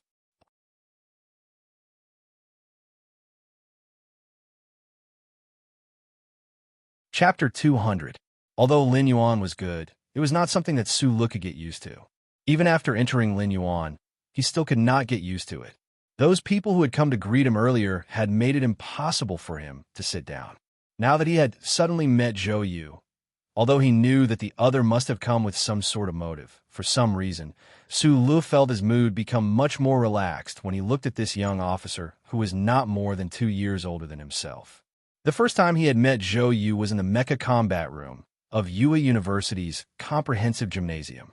The confrontation between the black mecha and the silver M37. The conversation amidst the smoke. These memories were all engraved in Su Li's mind. During that mecha combat, Zhou Yu's extremely graceful performance had left him with a very good impression. He vaguely felt that Zhou Yu already knew that he was the one inside that prototype mecha that had walked away with its belly full, but since the other had never directly asked, he did not admit anything either. Tai Ziyuan hid, Shi Qinghai hid, and Su Lu fled. Other than the unmarried mother beside him, Su Lu was a lonely mess in the capital ring. If it was said that lonely people were shameful, then Su Lu was unquestionably so shameful that he was hated by both men and gods alike. He was a young man, so he naturally had the mental need to interact with others. In addition, he had always had a good impression of Zhou Yu, so after the recruitment exam at the beginning of spring, although the two of them had not seen each other again, they had still spoken on the phone a few times. Su Lu moved away from the seat beside him and poured a full glass of wine for Zhou Yu. A mechanic was like a chief surgeon. What they needed the most was the stability of their hands. He was a very self-disciplined person, so he had rarely drunk alcohol these past few years. However, in the past 2 years, under the influence of Mr. Shi, other than the Sanchi brand cigarettes, he had also developed a hobby of drinking.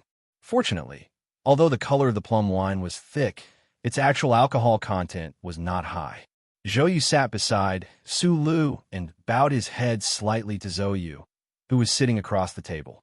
However, it was as if Zhou Yu did not see him. She looked coldly out the window at the white cliff in the distance. From the bottom of her heart, the young miss of the Zhou family was still that cold and arrogant eldest miss. Her gentleness in front of Lady Tai was trained. Her calmness in front of Su Lu was forcefully ground out by the stones in Dong Linyuan. Today, she had brought Su Lu into Linyuan to arrange a coincidental meeting between him and Zhou Yu. As for Zhou Yu herself, she had no interest at all. Su Lu narrowed his eyes as he looked at the wine in his cup. Out of the corner of his eye, he noticed that Zhou Yu did not have any reaction.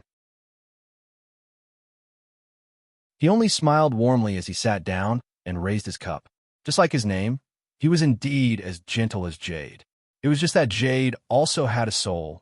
It was just that he didn't have a chance to show it for the time being. I really didn't expect you to come, and so quickly. Su Lu shook his head and drank all of the wine in his cup. Zhou Yu brought the red clay cup to his lips and raised his wrist slightly. The rim of the cup did not leave his lips. He appeared to be very gentle, but in reality, he quickly drank all of the wine in the cup. He placed the cup down at the same time as Su Li's hand. I also didn't expect you to cause so much trouble in just a few months after entering the research institute. Zhou Yu finished the wine in his cup and placed his military cap on the table beside him. He turned his body slightly and looked at Su Lu calmly. You should understand why I'm here. At this moment, there were 3 people by the bamboo table beside the flowing water. Zhou Yu was a girl that Lady Tai had taught single-handedly. In addition to her family, Su Lu did not need to avoid her when talking with Zhou Yu. Su Li's fingers gently gripped the wine cup as he sank into deep thought. When he saw Zhou Yu arrive, he knew what Secretary Shan planned to do next. He didn't need to know what kind of agreement Secretary Shan, the Li family, and the Federal Academy of Science had reached in order to smoothly get him out of prison. He only knew that he could no longer stay in the Husk Institute. If he wanted to turn the data in his brain into a real new generation of mecha, it would require the hard work of many people. Under the pressure of the other party, Su Lu was about to be transferred out of the Nutshell headquarters and sent to the Baigong Security Company under the Shell Motor Company. His data would be sent to the Shell Motor Corporation Engineering Department, and this required a channel. Although the Li family and the Federal Academy of Science no longer cared about him, the other party would definitely keep an eye on Su Lu.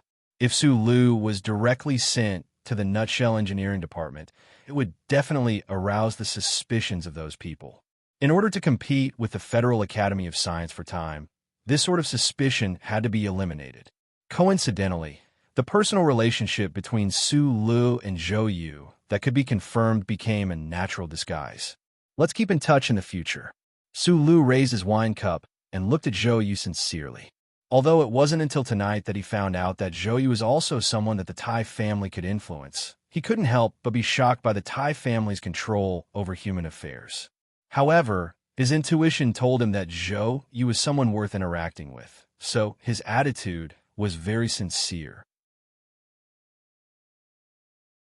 Zhou Yu downed the wine in his cup once more and said with a smile, "Last time, when I sparred with you at Yue University, I thought that your talent in mecha operation was astonishing.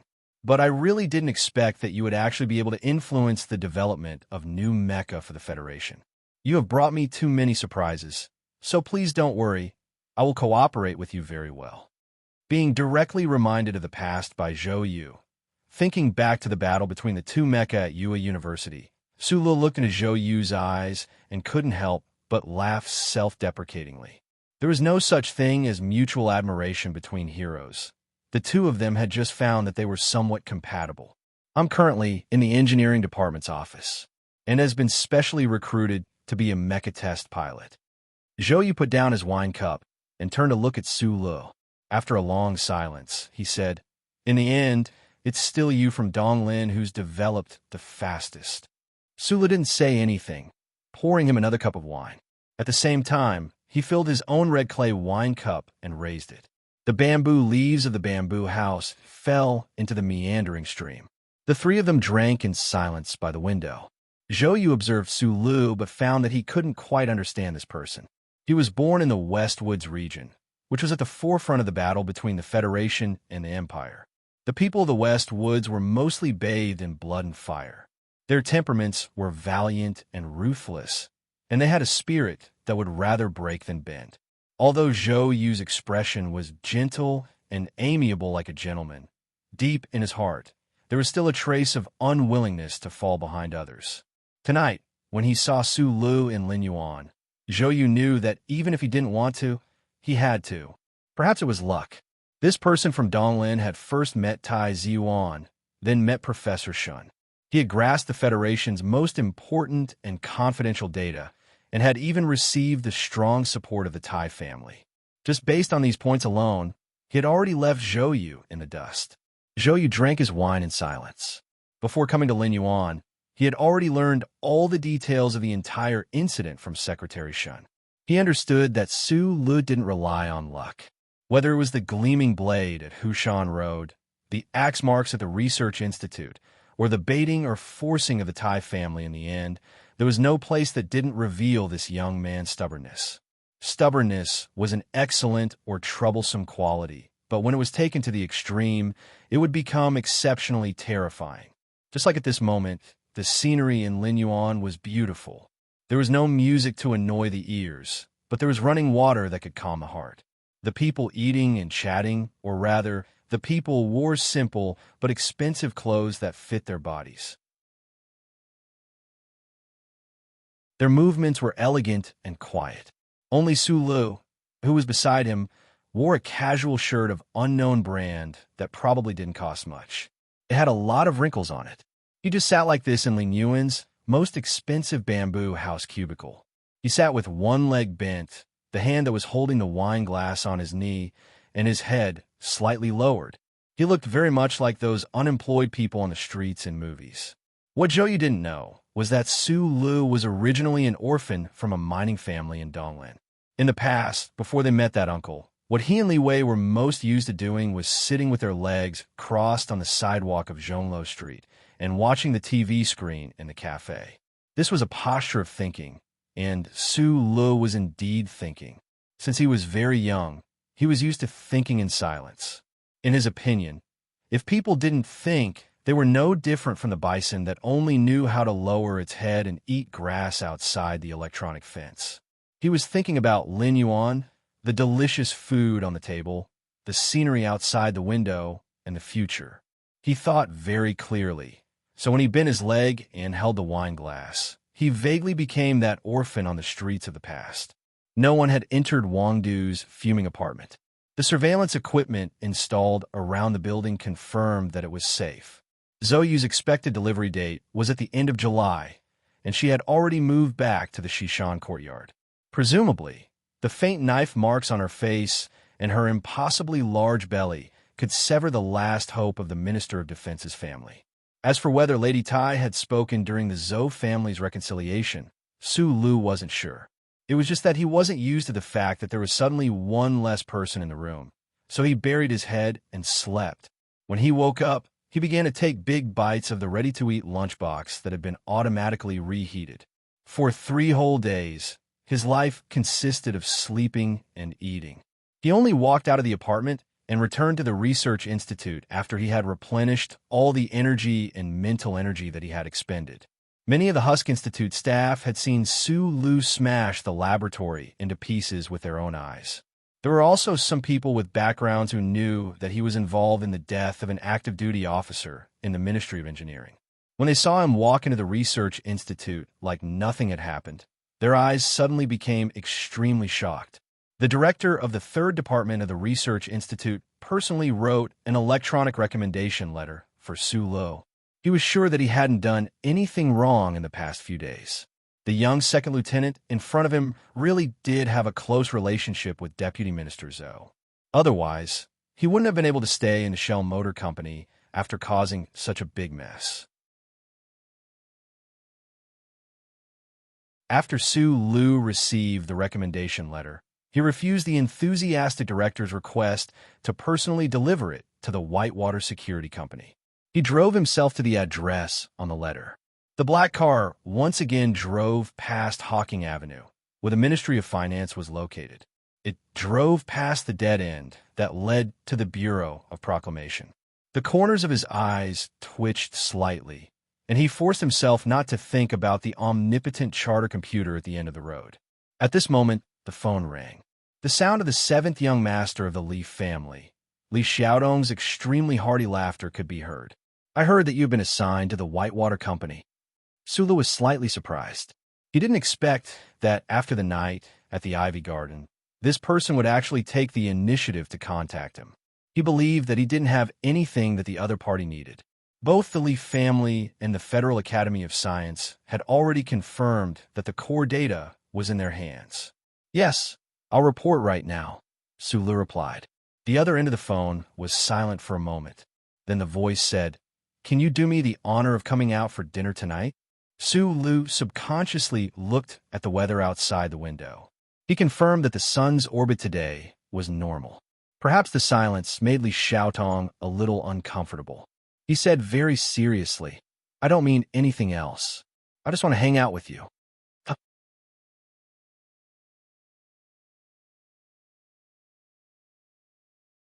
Chapter 201.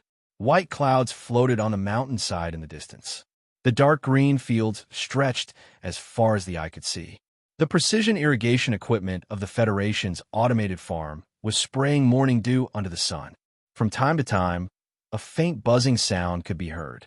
It was in perfect harmony with the chirping of the insects in the forest beside the road. The Capital Special District's traffic was very developed. After driving for 40 minutes along the highway, the solemn buildings of the capital were no longer in sight. The smell of power was also gone. As far as the eye could see, there was only verdant greenery and the wonderful smell of juice from the broken stems. Just beside the Federation's automated farm, high walls and iron fences separated a large area. From the road, one could only see a 5-story building in the courtyard. Other than that, there were no other eye-catching buildings. The window of the black car rolled down. Su Lu showed the electronic recommendation letter to the guard. With a beep, the door slowly opened. He narrowed his eyes and looked at everything around the car. He was a little surprised. The Federation's largest security company, Whitewater Security Company, was located in the capital's special district. It looked quiet with a sense of decline. It didn't look like a company famous for the Federation's high-end weapons. Instead, it looked like a forgotten farm amusement park. Where there was metal, there would be fruit shells. The Shell Motor Company was a giant company in the Federation. The number of people who directly or indirectly serve it exceeded 1 million. This company had countless branches, and its business scope involved all aspects of the Federation's social life. Whitewater Security Company was one of them. Because of the disturbance in the Research Institute, Su Lu was sent to Whitewater Security Company. Before he came, he did some research and found out that this was the Federation's largest security company. Although the Shell Motor Company didn't pay much attention to them, in terms of strength, they were the strongest among the Federation's 3 largest security companies. The Federation had a lot of military operations in the universe. Because of the diplomatic pressure from the Empire and the 100 Mu Triangle, it was inconvenient to mobilize the military. Plus, there were some conflicts with firepower on resource planets, or some secret operations that could not see the light of day. Most of the time, it was the 3 major security companies of the Federation that carried out these operations in place of the federal military. And Whitewater, which was directly under the Shell Motor Company, because of the thick federal military color of its shell, became the main operator. Of course, these were all things that couldn't be seen in the news, but those who knew the inside story knew very well that the Whitewater Security Company was actually a group of mercenaries disguised as mercenaries, or rather, the Federation's thugs disguised as mercenaries. In addition to some security work within the Federation, most of the company's business scope was actually in the borderlands of the Federation. There was even a rumor that after the firefight between District S2 and the anti-government forces had stopped, the company was also secretly involved in the small armed forces that carried out the surprise attack. Therefore, Su Lu was a little surprised when he saw the base that looked like a simple factory. From the outside, the headquarters of the Whitewater Security Company didn't have a trace of military color. After the personnel department reported in, an affairs officer wearing glasses coldly led Su Lu to an office at the back of the building and said to him, "This is your office. In a moment, your secretary will come over to give you the details of your work." What happened in the Capital Special District didn't spread to the Whitewater Security Company, so the people in the headquarters didn't care at all about the arrival of a young second lieutenant. The affairs officer in the personnel department didn't think that Su Lu had any background. In his opinion, being sent to the Whitewater Security Company from the Husk Institute meant that he was definitely a loser in the struggle and a complete failure.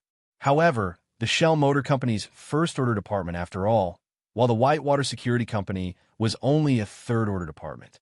Su Lu had such a resume. So even though he was banished here, he was still assigned the position of technical supervisor and even a secretary. The affairs officer looked at Su Lu expressionlessly and asked, "Is there anything else?" The combat personnel of the Whitewater Company were extremely outstanding, and the base was also very well equipped. Many of the combat personnel were even military personnel themselves. These combat personnel on the front lines were well paid and had a promising future. However, the affairs officers and technical supervisors were all pitiful people who were pushed out of the core area of the Shell Motor Company. The affairs officer was the same, but he didn't have the slightest bit of sympathy for Su Lu, who was also a loser. "No, thank you," Su Lu said. Turning on the computer screen, Su Lu squinted his eyes and looked at the organization structure of the Whitewater Company. For a moment, he fell into silence. The Whitewater Company was established 24 constitutional years ago. The current CEO, Garay, was once the commander of the Federation's Special Mecha Forces before he retired. According to rumors, after his term at the Whitewater Company ended, he might directly return to the Ministry of Defense to be the commander of the Operations Department. The structure of this company was very strange. Important people like the CEO and the head of training, as well as the basic combat personnel, all had extremely bright futures. However, people like Su Li's current role, technical supervisors and affairs officers, seemed to be forever stuck in the shadow of the Federation. They carried out those dark missions for the righteous Federation government, but they didn't receive any military medals or rewards. However, this had nothing to do with Su Lu. He was assigned to the Whitewater Company because of the consequences of his actions in the experiment. In order to appease the displeasure of the board of directors and the unrest in the research institute, even the Tai family could only do this much. Su Lu never thought that he would go to a border resource planet to suppress the natives on behalf of the government. Nor did he think about disguising himself as a militant and going to District S2 to destroy the anti-government military's resource base. He only needed to sit down in the technical supervisor position of this department, repair some mechanical equipment required by combat personnel, and live out this period of time peacefully. Until the Federation's new generation of MX-type mecha was successfully developed, it looked like he would have to spend his life in this company. Thinking of this, Sulu narrowed his eyes and looked around his office. This was the first time in his life that he had an independent office that would not be disturbed by others. The problem was that although this office was very luxurious, other than a computer and some furniture, there was nothing else. The company has 5 subsidiaries under its jurisdiction: the training center, the shooting range, the weapons experiment department, the space guard, and the security consultant. Clients include the Ministry of Defense, the Police General Administration, and the HDD Bureau. We also accept requests from outside the star system, as long as these requests do not violate the Federation's laws. Our 7th team's main business is in the security consultant area. Sulu lowered his head and listened to the secretary's report. To be honest, when he first heard that there was a secretary, a strange feeling arose in the young man's heart. He secretly prayed that the company would not give him a middle-aged woman with a lifeless aura. When this secretary named by Yulan walked into the office and began to introduce the Whitewater Company's situation according to the script, Sulu could not help but sigh softly. The name female secretary was a bit vulgar, but the wonderful thing was that this secretary was not a middle-aged woman, nor was she a young and attractive girl who had just graduated. Because the person who came in was not a female secretary at all. The secretary, by Yulan, was 173 meters tall. His facial features were gentle and soft, and his eyes were calm. He stood quietly in front of Sulu like a girl, but the problem was that he was not a woman, so this kind of aura was a bit strange. Sulu narrowed his eyes and looked at him. From this strange aura, he caught a hint of danger. Sulu's ability to recognize people was very strong. He had the keen intuition of an animal. If it were not for the fact that Secretary Bai stood in front of him like a serene young girl and did not show any hostility, perhaps he would have felt the hair on the back of his neck stand up. Only people who had killed many people and did not take human life seriously would show this kind of aura. In the past years, Sulu had seen many powerful people, such as Captain Tian, Madman Li, and Brother Zeng, who was beside the 7th young master of the Li family. The secretary in front of him, Bai Yulan, was different from these people. He restrained himself very well, but he always gave people the feeling that he would go crazy in the next moment. The calm and gentle expression on his face would turn into a bone-chilling coldness in an instant. When Sulu was looking at Secretary Bai's eyes were looking at the booklet in his hand. His heart was calm, so his appearance was calm. Although he did not welcome a young second lieutenant sent by the Research Institute to be the technical supervisor of his group, he did not show the slightest expression. He just calmly and indifferently did what he was supposed to do. After being in the military for many years, Bai Yulan was used to seeing death and blood. He did not see this young and ordinary guy in front of him. What is the work of our group? Sulu noticed that Secretary Bai's hands were as white as jade and very delicate. Reporting to the technical supervisor, Team 7 does not have any work arrangements this year, Secretary Bai replied politely. Sulu was not used to the title of technical supervisor. Whitewater Company was a subsidiary of the Shell Motor Company. In addition to carrying out those dangerous missions, the most important work was to cooperate with the Federation to experiment with new weapons and equipment. Therefore, within Whitewater Company, the technical supervisor had more power than other security companies. Sulu was the technical supervisor of Team 7, which was why this delegate Bai Yulan was his secretary. Since Team 7's main work was in the field of security consulting, they definitely would not be stationed on a border planet. However, they also did not have the opportunity to come into contact with those few failed MX prototype mecha. A faint feeling of disappointment grew in his heart. Half of year 67 of the constitutional calendar had passed, and Team 7 of Whitewater Company's Security Consulting Department still had not carried out any missions. Sulu felt that it was a little strange.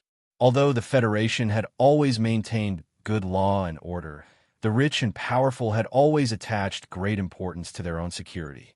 With Whitewater Company's reputation in the industry, it should not have been possible for Team 7 to not have any business for an entire year. He looked at Bayulan's delicate hands and was somewhat lost in thought. Bottleneck, really bottleneck. I've washed my face many times, but I still can't calm down. I think my writing is bad, very bad, very bad. I can't write tonight. I've already forced myself to write this chapter. If I force myself to write another chapter, it would be a waste of everyone's money. I'll only write one chapter today. Everyone, please forgive me. Tomorrow I'll write 3 chapters to make up for what I wrote today. My condition is really bad. F***CK, I don't know what's going on. Sitting in front of the computer, I feel like my face is hot and my head is dizzy. What I write is really average. I'm very sorry, very sorry. This is my problem. I can't write it. The plot is clearly there, but I just don't know how to express what's in my mind into words.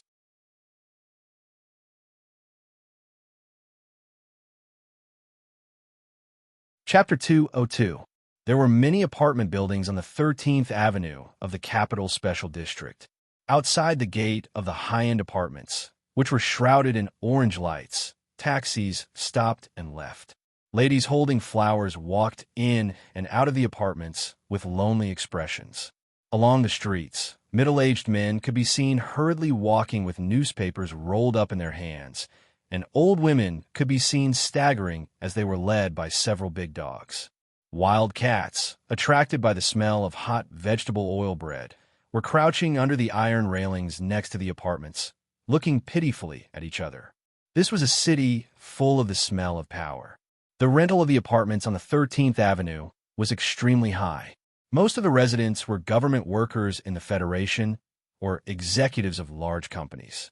Only these people would not care about the large amount of tax they had to pay to the HTD Bureau every year to raise pets. In recent years, the high-class prostitutes of the Federation had also begun to move into the 13th Avenue. They knew that the security and environment here, as well as the big shots living here, could provide them with a steady stream of customers. Sulu walked up from the underground parking lot at the end of the street. Feeling that the weather was a little hot, he took off his jacket and wrapped it around his arm. Although he still retained his military position as a civilian second lieutenant, he was already in the Whitewater Company, so he did not need to wear a military uniform every day. He silently walked past the high-class apartment buildings that towered into the clouds. Suddenly, he laughed. He thought of last year outside the nightclub in Linhai. Sure, Qinghai mocked Zhou for using perfume that only high-class prostitutes of the 13 Great Paths would use. He didn't expect that the days would not pass quickly. The man and woman, who seemed to be irreconcilable, would have a child because of one night of madness. Looking at the number plate of the high-class apartment building, Su Lu confirmed that it was number 187. He walked in, gave the security guard a temporary pass number, and was politely led to the elevator door by the gray-haired butler. The elevator door opened, and a waiter led Su Lu to the corridor on the right. The more they walked, the more silent Su Lu became. He realized that the top 3 floors of the high-class apartment building had been completely opened up. The side of the corridor was quiet, and the dome above his head was made of transparent tempered glass. He did not know how much such a renovation would have cost. At the end of the corridor was a small room. The green wallpaper filled the entire space, and there was an oil painting on the wall. It was a dazzling golden sunflower. Opposite the oil painting was a glass window, and the window sill was densely packed with green plants. The flowers between the plants were blooming. All that entered his eyes were flowers, and at a glance there were flowers everywhere. However, these bright and colorful flowers did not make it difficult for people to feel annoyed. Instead, they only felt that the colors were bright, and it made people feel refreshed. Just like in the bedroom in the ivy garden, Li Xiaodong was always surrounded by flowers. It seemed that only in this way could the 7th young master of the Li family convince himself that he was just a playboy.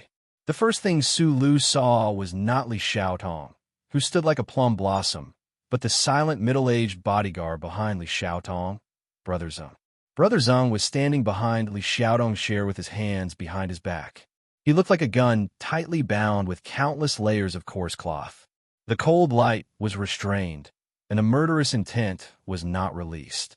Li Xiaodong saw Su Lu come in, smiled, stood up, and reached out his hand. "I'm very surprised that you can come, but I'm also very happy." Su Lu clumsily reached out and shook hands with him. He had seen a lot of big shots and visited a lot of high-class places over the years. His heart had been shocked by the picturesque landscape of Macho's back mountain, so he shouldn't have been shocked by Li Xiaodong's three-story building. However, he was still a nobody in his bones. Besides, coming here today was the first time that he was talking to the big shots of the Federation as an equal. Therefore, he was not used to it. During the night visit to the Ivy Garden, Su Lu did not cut off Li Xiaodong's head with a knife in his hand. On one hand, he knew that Park Jiho was not sent by the seventh young master of the Li family. On the other hand, the silent brother Zhang was too strong.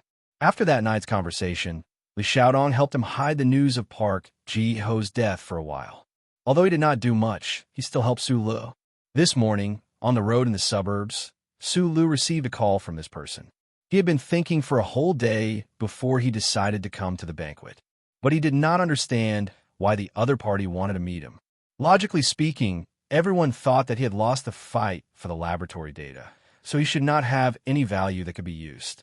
Su Lu believed in the Tai family's confidentiality. Even the young master of the Li family could not know that he still had the key data. As for what Li Xiaodong said on the phone about following him, Su Lu could not even laugh.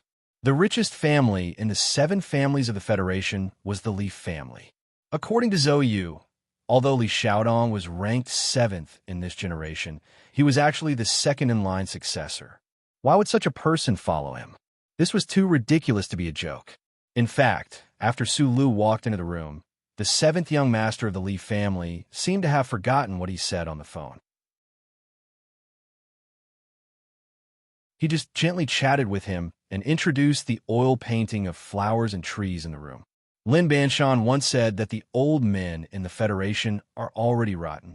They like to do things in the company of tea, in the heat of hot springs, and ponder with each other for 10 or 20 years before revealing their true thoughts. The dishes were already on the table. The aroma was not very strong, but the taste seemed to be very good. Maybe they did not want the aroma of the dishes to mix with the fragrance of the flowers in the room. These young masters were always so picky when it came to details.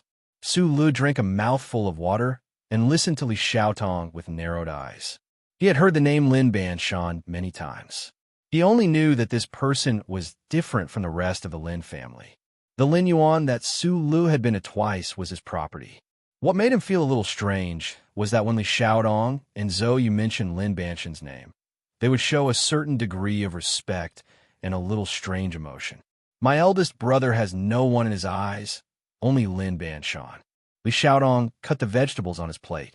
He lowered his head slightly, but the sincere smile on his face did not make the trace of malice disappear completely. He even looked down on your friend, the young master of the Tai family.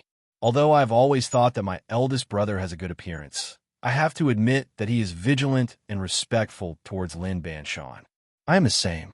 Su Lu knew what kind of person Lin Banshan was, but at least he did not need to know at this time. Lin Banshan said that when you open the door, you have to see the mountain. When you see the mountain, you are the mountain.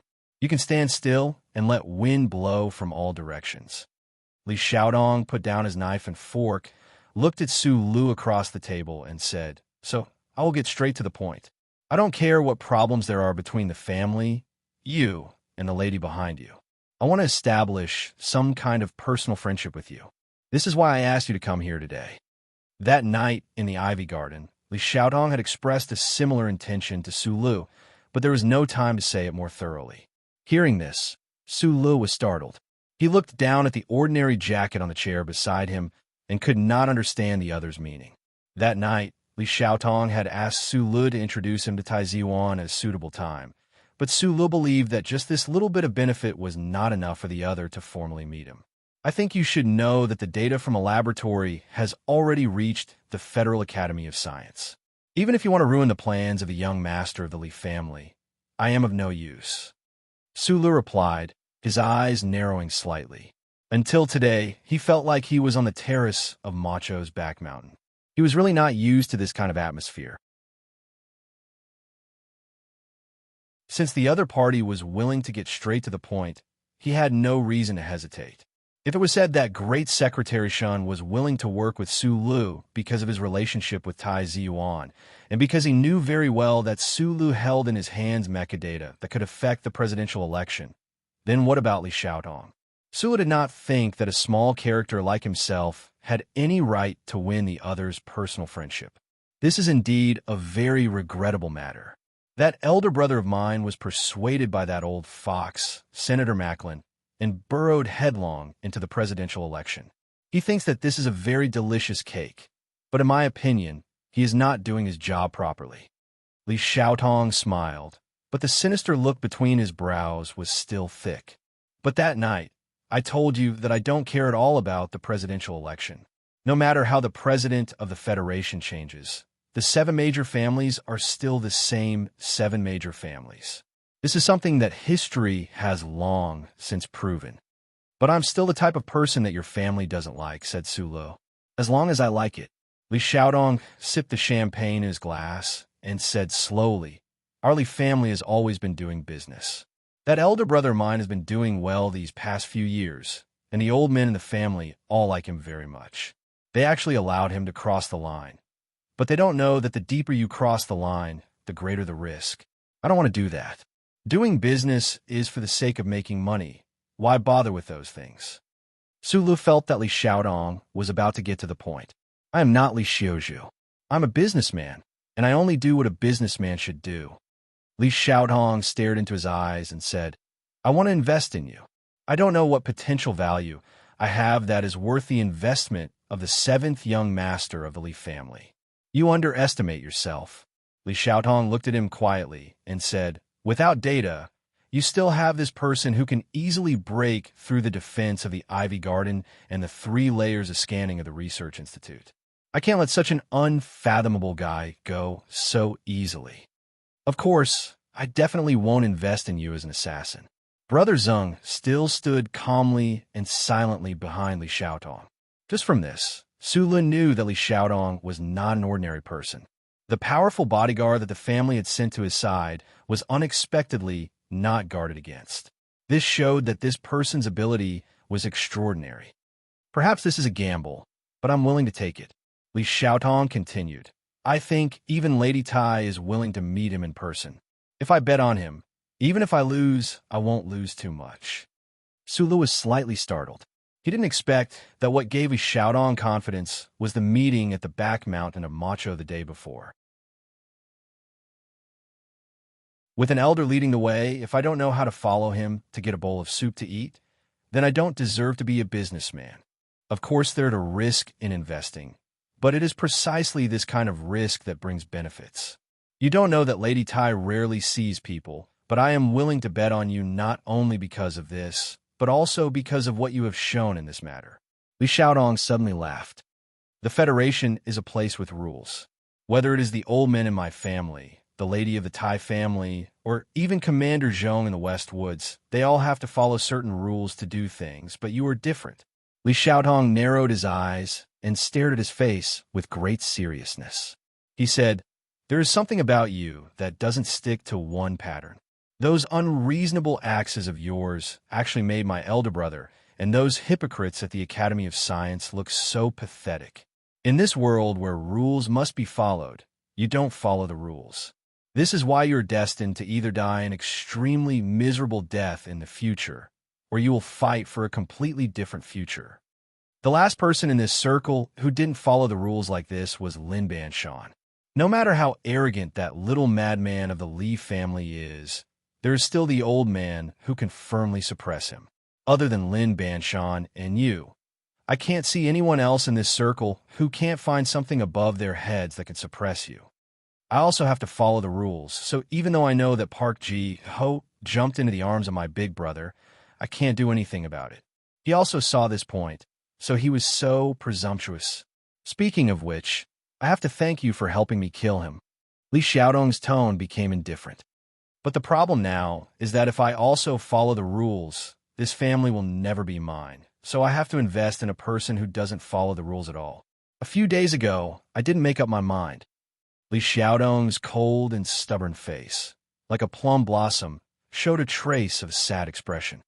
But your unreasonable axes in the lab really hit my weak point. The lethality of this kind of resentful expression was really too great. If sure Qinghai showed this kind of expression, it would probably be a bit tempting. If the beautiful young master of the Li family, Li Xiaozhu, showed this kind of expression, it would probably be a bit charming. Only Li Xiaotong was gloomy, surrounded by flowers, but he sighed faintly. It couldn't help but be like a pine tree that was pressed down by snow suddenly became delicate like a flower in a greenhouse, making people feel helpless. In Zhou words, Su Lu was an outsider who didn't even understand what was going on, so he was completely unreasonable and ignorant. In terms of mechanics, he was talented. In terms of recognizing people, and in terms of calmness, he was talented, but in the end, he was still a stubborn stone that had not been polished. He was stubborn, but he was slightly clumsy, and he didn't understand a lot of things. After staying silent at the table for a long time, Su Li used the mind of an engineer to carefully arrange the things needed in his plan. And then he found that no matter whether what the young master of the Li family said was true or not, it seemed that he really didn't have anything that he couldn't lose in this federation. So he grinned and said seriously, "I need a lot of money." In the suburbs of the southwest corner of the capital special district, several highways converged here and then extended to the various states of the Federation planet S1. It was 9 o'clock at night, and the highways were brightly lit, but there were not many cars driving. On the contrary, behind a mountain next to the highway, there was a road without street lights on both sides, but it was very lively and noisy. Countless famous brand sports cars gathered here, and the modified headlights emitted dazzling light, illuminating the usually quiet and almost abandoned road. A motorcade of 4 cars got off the highway out of the city and went around the hill. The scene of horns on both sides of the road became much quieter because of the arrival of the motorcade. Countless pairs of eyes looked over, and many people recognized the blue Silver Wraith. The Silver Wraith was the most expensive sports car in the Federation, but this Silver Wraith was not silver, and it was even more famous on the side of the hill road. Not everyone knew that this Silver Wraith belonged to the second heir of the Li family, but everyone knew that the owner of this car had a cold temperament and was an extremely big shot that was not to be trifled with. Their attention was attracted by the Silver Wraith, and not many people noticed the unmarked, ordinary-looking black car in the convoy. The motorcade drove to the end of the mountain road, and then it slowly came to a stop on the extremely quiet high ground. Li Xiaodong and Su Lu got out of their cars and looked at the lively scene on the road not far from their feet. Their bodyguard, Brother Zeng, stood behind them indifferently. It was not appropriate to describe Su Lu and Li Xiaodong at this time, as each of them had ulterior motives. Su Lu did not have the ability to scheme in front of these children of aristocratic families, and for a big shot like the 7th young master of the Li family to condescend to associate with Su Lu, he naturally had some ulterior motives, but the ulterior motive was still far away, not in the immediate interests. Since Li Xiaodong decided to establish a personal friendship with this young second lieutenant, they naturally needed to get along and see each other's temperament. A meal was far from enough, so he took Su Lu to the western suburbs of the capital, the paradise of the reckless racing gang.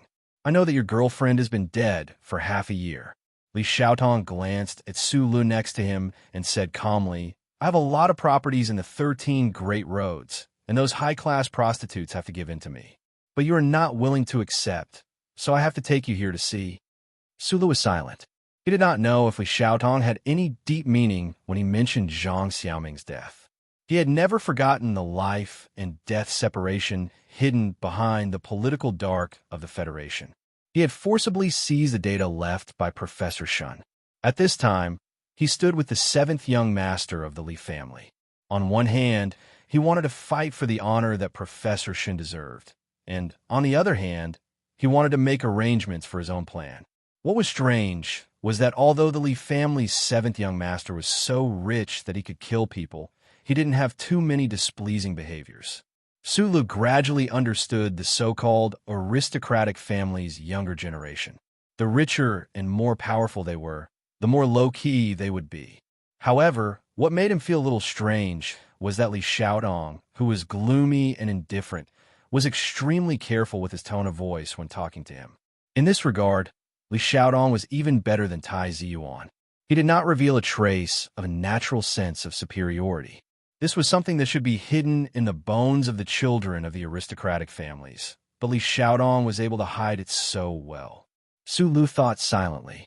He was afraid that Li Xiuzhu, the true successor, would really have to be careful. Su Lu had been silent, but Li Xiaodong did not have any opinion.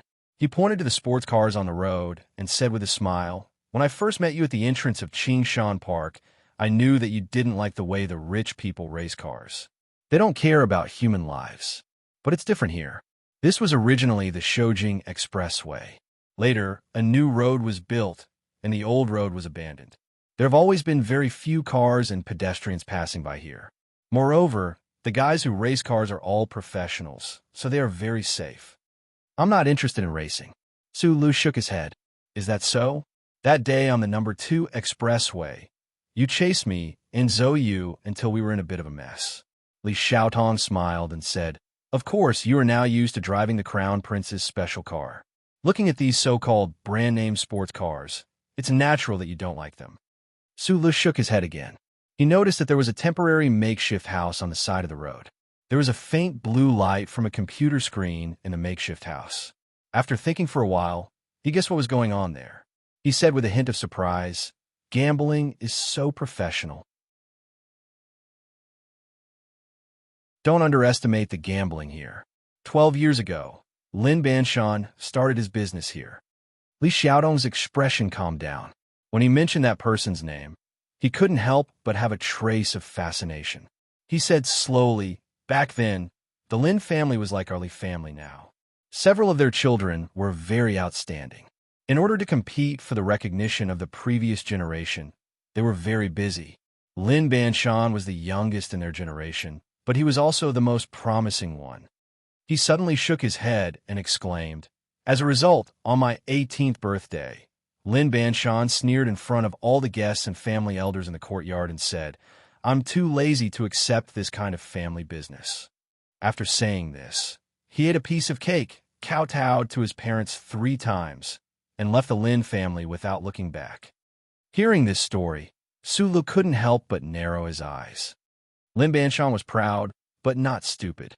It was just that at that time, he was too rebellious in his bones. Seeing his brothers frowning every day, he felt disdain. He didn't want this family business, so he left in a carefree manner. He wanted to fight for his own country. After leaving the Lin family, Lin Banshan's first stop was here.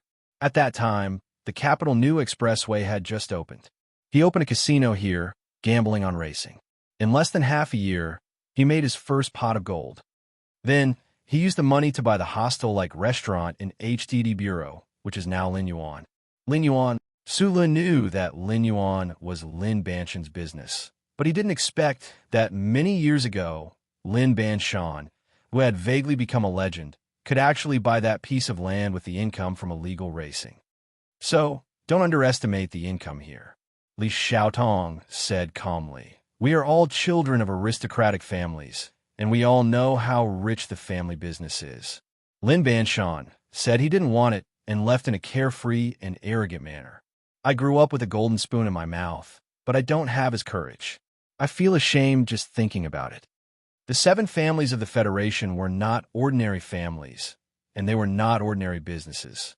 Even if they failed to fight for the right of inheritance and stayed at home, they could enjoy a lifetime of wealth and privileges that the citizens of the Federation could not imagine. But Lin Banshan left at the age of 18, leaving behind words of disdain, and left in such an arrogant manner. This universe, this Federation, is made up of countless rules. The mysterious Lady Tai, the powerful president, and the noble army god still have to take care of the interests of all sides, constantly compromise and strive to find a balance between those lines. Li Xiaotong said indifferently, Lin Banshan broke the rules, and I think one day, maybe you can break it too. I'm not a member of this circle. For me, there are naturally no rules, Su Lu replied. The modified sports car roared loudly. The car owners who were fussy about speed were naturally unwilling to use electric power or hybrid power, and the pungent smell of strong gasoline gradually filled the road. On the road at the foot of the mountain, a curvaceous girl was waving a flag, leading the car onto the track. From time to time, a wrecked car will be dragged back by a heavy-duty tractor. There were ambulances on standby at the bottom of the road. Everything seemed to be in order, but the cursing and whistling all around revealed the darkness and danger hidden in this place. Su Lu calmly watched the scene unfold on the mountain.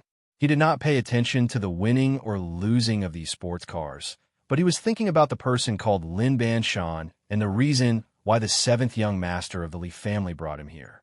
According to Li Xiaotong, Lin Banshan had not returned to this hill for many years, and the casino here had long been transferred to someone else.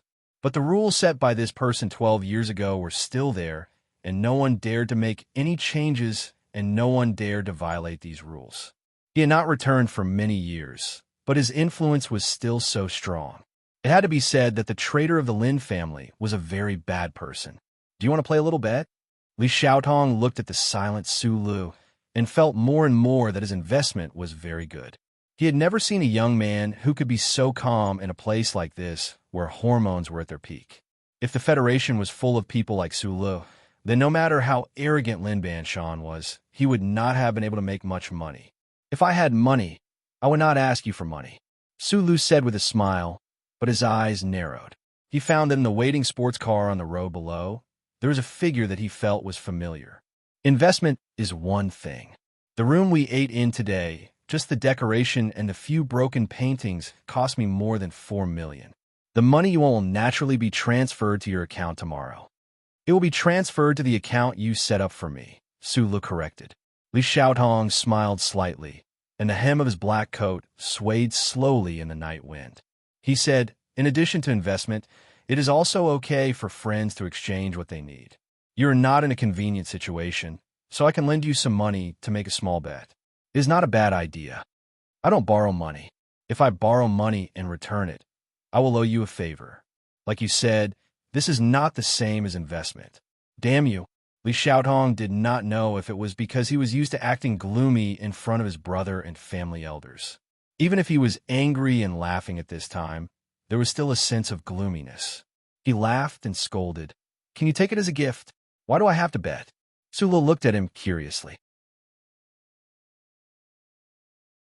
Li Xiaotong calmly replied, people who do business are very superstitious. I also pay attention to luck. If there is no accident, you are probably the riskiest and biggest investment I have made in my life. Tonight, I am here to try my luck and hope for a good start. If I lose the bet, you will continue to invest in me. Su Lu smiled and said, then what is the point of us betting on cars? What if I win? At this time, a group of people near the hill suddenly became noisy. It seemed that they had made a big bet and were very confident, so those young masters were shouting something loudly. Just as Li Xiaotong said, there were rules everywhere in the Federation. Both sides of the road were crowded with excited people, but there were not many people on the hill. Only people with status could come here. It is the son of the deputy chairman. He does not know who I am, and we have not talked before. Li Xiaotong glanced over and said to Su Lu, the deputy chairman of the Federation Management Committee was undoubtedly one of the most powerful people. Even Li Xiaotong was not willing to provoke his idiotic son. Su Lu glanced over and immediately withdrew his gaze. The white sports car down there is his. I heard that the driver is a professional driver specially invited from S3.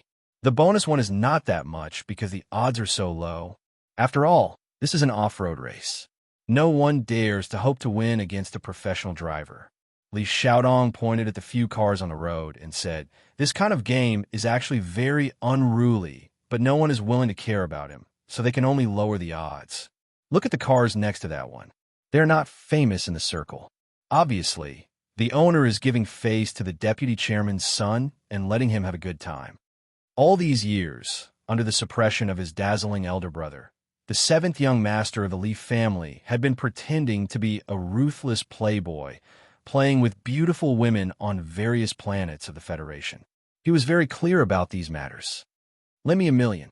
Su Lun narrowed his eyes, looked at the road, and suddenly said, "Lend, not give. Giving is a favor. I will return it to you. Legends don't appear every day in this place. Gambling like yours will really make you lose a lot." Li Xiaodong did not care about $1,000,000. He simply followed Su Li's eyes and found that the man next to him was staring at a race car. "No matter how it is modified, that race car will always lose," Li Xiaodong said. "Even if Lin Banshan drove it himself 12 years ago, it would still lose. Gambling is bound to lose, just like when you invested in me." Sula looked at the inconspicuous race car and the man next to the car who looked like a delicate woman. He narrowed his eyes and said, "The risk of $1,000,000 is not as great as the risk of you betting on me." "That makes sense. I always thought that you were too calm and silent." "You are young, but you are old and rusty. It is rare for you to go crazy." "Of course, I have to take a look." Li Xiaotong laughed and asked his men to place their bets. Sulu looked at the delicate man next to the race car. His expression was calm, but he was thinking about something else. He was not a gambler. He was curious about the famous Lin Banshan, but he was not interested in betting on this kind of racing. He was only interested in the delicate man. After all, he would be spending time with the delicate man in the future. He wanted to know what kind of person he was. Not many people cared about this race. The odds were too different. The winner had been decided long ago. Very few people placed bets. Except for the chairman's son on the hill who threw in hundreds of thousands of dollars out of boredom, there were basically no bets. Suddenly, on the light screen outside the makeshift room, there was an additional $1,000,000, which immediately caused a commotion in the room. According to the current odds, if the race car won, the chairman's son would have to fork out $7,000,000. Such a big bet was rare, even when Lin Banshan was personally holding the line. The crowd on the other side of the hill cast strange glances at Li Xiaotong and Su Lu. There were not many people who could spend a lot of money to buy a quick profit. Only these two groups of people on the hill had the ability to do so. However, the people on the other side did not expect that their professional racer would lose. The deputy chairman's son even thought that this group of people deliberately lost a lot of money to him in order to make friends with him. More than 10 minutes later, everyone saw a very shocking scene. The race car, which seemed like it would fall apart at any time, slowly came back. Its speed was as slow as the broken carriage pulled by an old cow in ancient fairy tales. But the problem was that there was no other sports car behind the race car. Even the famous sports car driven by the professional racer was nowhere to be seen. Near the turning point in the distance of the old Shoujing Expressway, flames could be vaguely seen. No one knew what happened, but the heavy trailer and ambulance rushed away. There was a dead silence on both sides of the road. It was not until the delicate man climbed out of the race car that there was a burst of ear-piercing screams and cheers. Li Xiaodong indifferently looked at the bustling scene on the road. He looked at the delicate driver and slowly turned his head to look at Su Lu. He said, "Looks like we found another guy who doesn't follow the rules tonight." He had layers of doubts in his heart. How did Su Lu know that the race car was a crazy guy who was not afraid of death and was not afraid of killing people? The racer was so delicate, as gentle and calm as a virgin. There are many unreasonable things in the Federation, but there are also many coincidences. Sulu looked at the delicate man who was walking up the hill. He lowered his head and said, "Maybe you don't believe it, but I just saw this person today. He's my secretary." How much money a racer could get all depended on how much he bet on himself. Only then could he get a bonus. The White Magnolia needed money, so he had come here tonight to gamble with his life. However, if he hadn't placed a bet of $1,000,000, even if he had risked his life, he would only be able to get $110,000 from the son of the chairman. So he went up the hill personally to thank the person who had given him a lot of money. This had nothing to do with courtesy. He only respected people who could give him money. So when Bai Yulan saw that the person who had helped him earn a lot of money was actually the young technical director he had met today, his expression became a little strange. But he did not say anything. He said thank you to Su Lu and left the hill. This kind of desperate driving method, not to hurt others, but to hurt oneself first. It hasn't happened for a long time. Li Xiaotong looked at the delicate figure on the hill and reminded Su, this kind of unruly driving method is very easy to get into trouble. Do you want to send some people to take him home? Su did not say anything. He just thought about the delicate hands holding the folder. It was these delicate hands that drove the Cedo so crazily. It was these delicate hands that forced the professional racer into a dead end. A person with such a pair of hands would not die so easily. Li Xiaotong walked to the son of the chairman. Even if it was the son of the deputy speaker of the Federation, losing 7 million all of a sudden, his expression became extremely ugly or embarrassed. However, it was unknown what the seventh young master of the Li family said, but the speaker's son returned to his usual arrogance and nodded lightly. I will transfer the money that this prodigal lost to you. Li Xiaotong walked back to Su Lu. Looking at the chaos at the foot of the hill, he said, it seems that my investment will be very good. After that night, Su Li's life returned to a dull and boring state. He lived in the apartment in Wangdu every day, worked in the farm-like headquarters of the Whitewater Company in the commercial district, and occasionally talked to Zhou Yu on the phone or had a meal with Li Xiaodong. He looked at the faces of the small stars in the Federation in front of money and wealth. It was more or less the same as before, but there were some differences. He met with Zhou Yu a few times and passed a part of the data model to him. However, he kept the direct results of his and Professor Shin's research. Li Xiaodong's large sum of money had already been transferred to his account. Su Lu began to buy the equipment and components he needed through the black market like an ant moving house.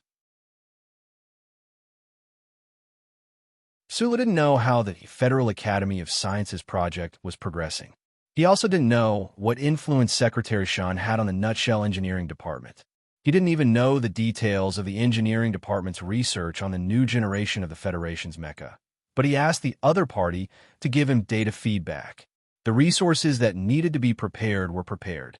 The total data that needed to be obtained was also in his hands. The only thing that needed to be done was the failed prototype MX in the Whitewater Company. His secretary, Bai Yulan, came to his office to report once a day and then couldn't find him again. This delicate man's attitude towards Su Lu didn't change at all because of the bet that night. He was still as gentle as ever, but he was still as cold as ever. Just like that, 10 days passed.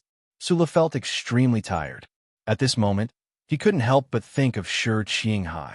He thought of the days when he and Mr. Shi worked together to fight against the Federation Investigation Bureau. The Federal Academy of Science and the Nutshell Engineering Department were in a secret competition. However, even though he had the core data, he couldn't do anything about it. He didn't even completely trust the Tai family, let alone Li Xiaotong. Secretary Bai was also cold to him. He didn't have a single partner by his side. This kind of pressure was too great. Shi Qinghai smiled as he looked at the surveillance camera on the door.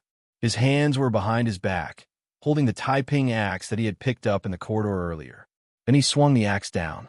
He completely ignored the apartment's complete surveillance and alarm system and smashed the door open. The alarm didn't sound. Shi Qinghai kicked the person behind the door to the ground. After closing the door, he dragged the axe and walked towards the person on the ground. The temperature in the apartment was extremely low. In this late spring and early summer, the owner of the apartment was still wearing a fitted synthetic sweater. Shi Qinghai didn't say a word to the man whose eyes were flickering. He swung the axe down and chopped off the man's right hand. Blood spurted out, and the man screamed in pain. Shi Qinghai exhaled softly. His handsome face was full of satisfaction. He praised, "You made me so hard to find." You're tuning into the Warrior Lore YouTube channel. Don't forget to subscribe and join us on this journey to catch the most captivating stories.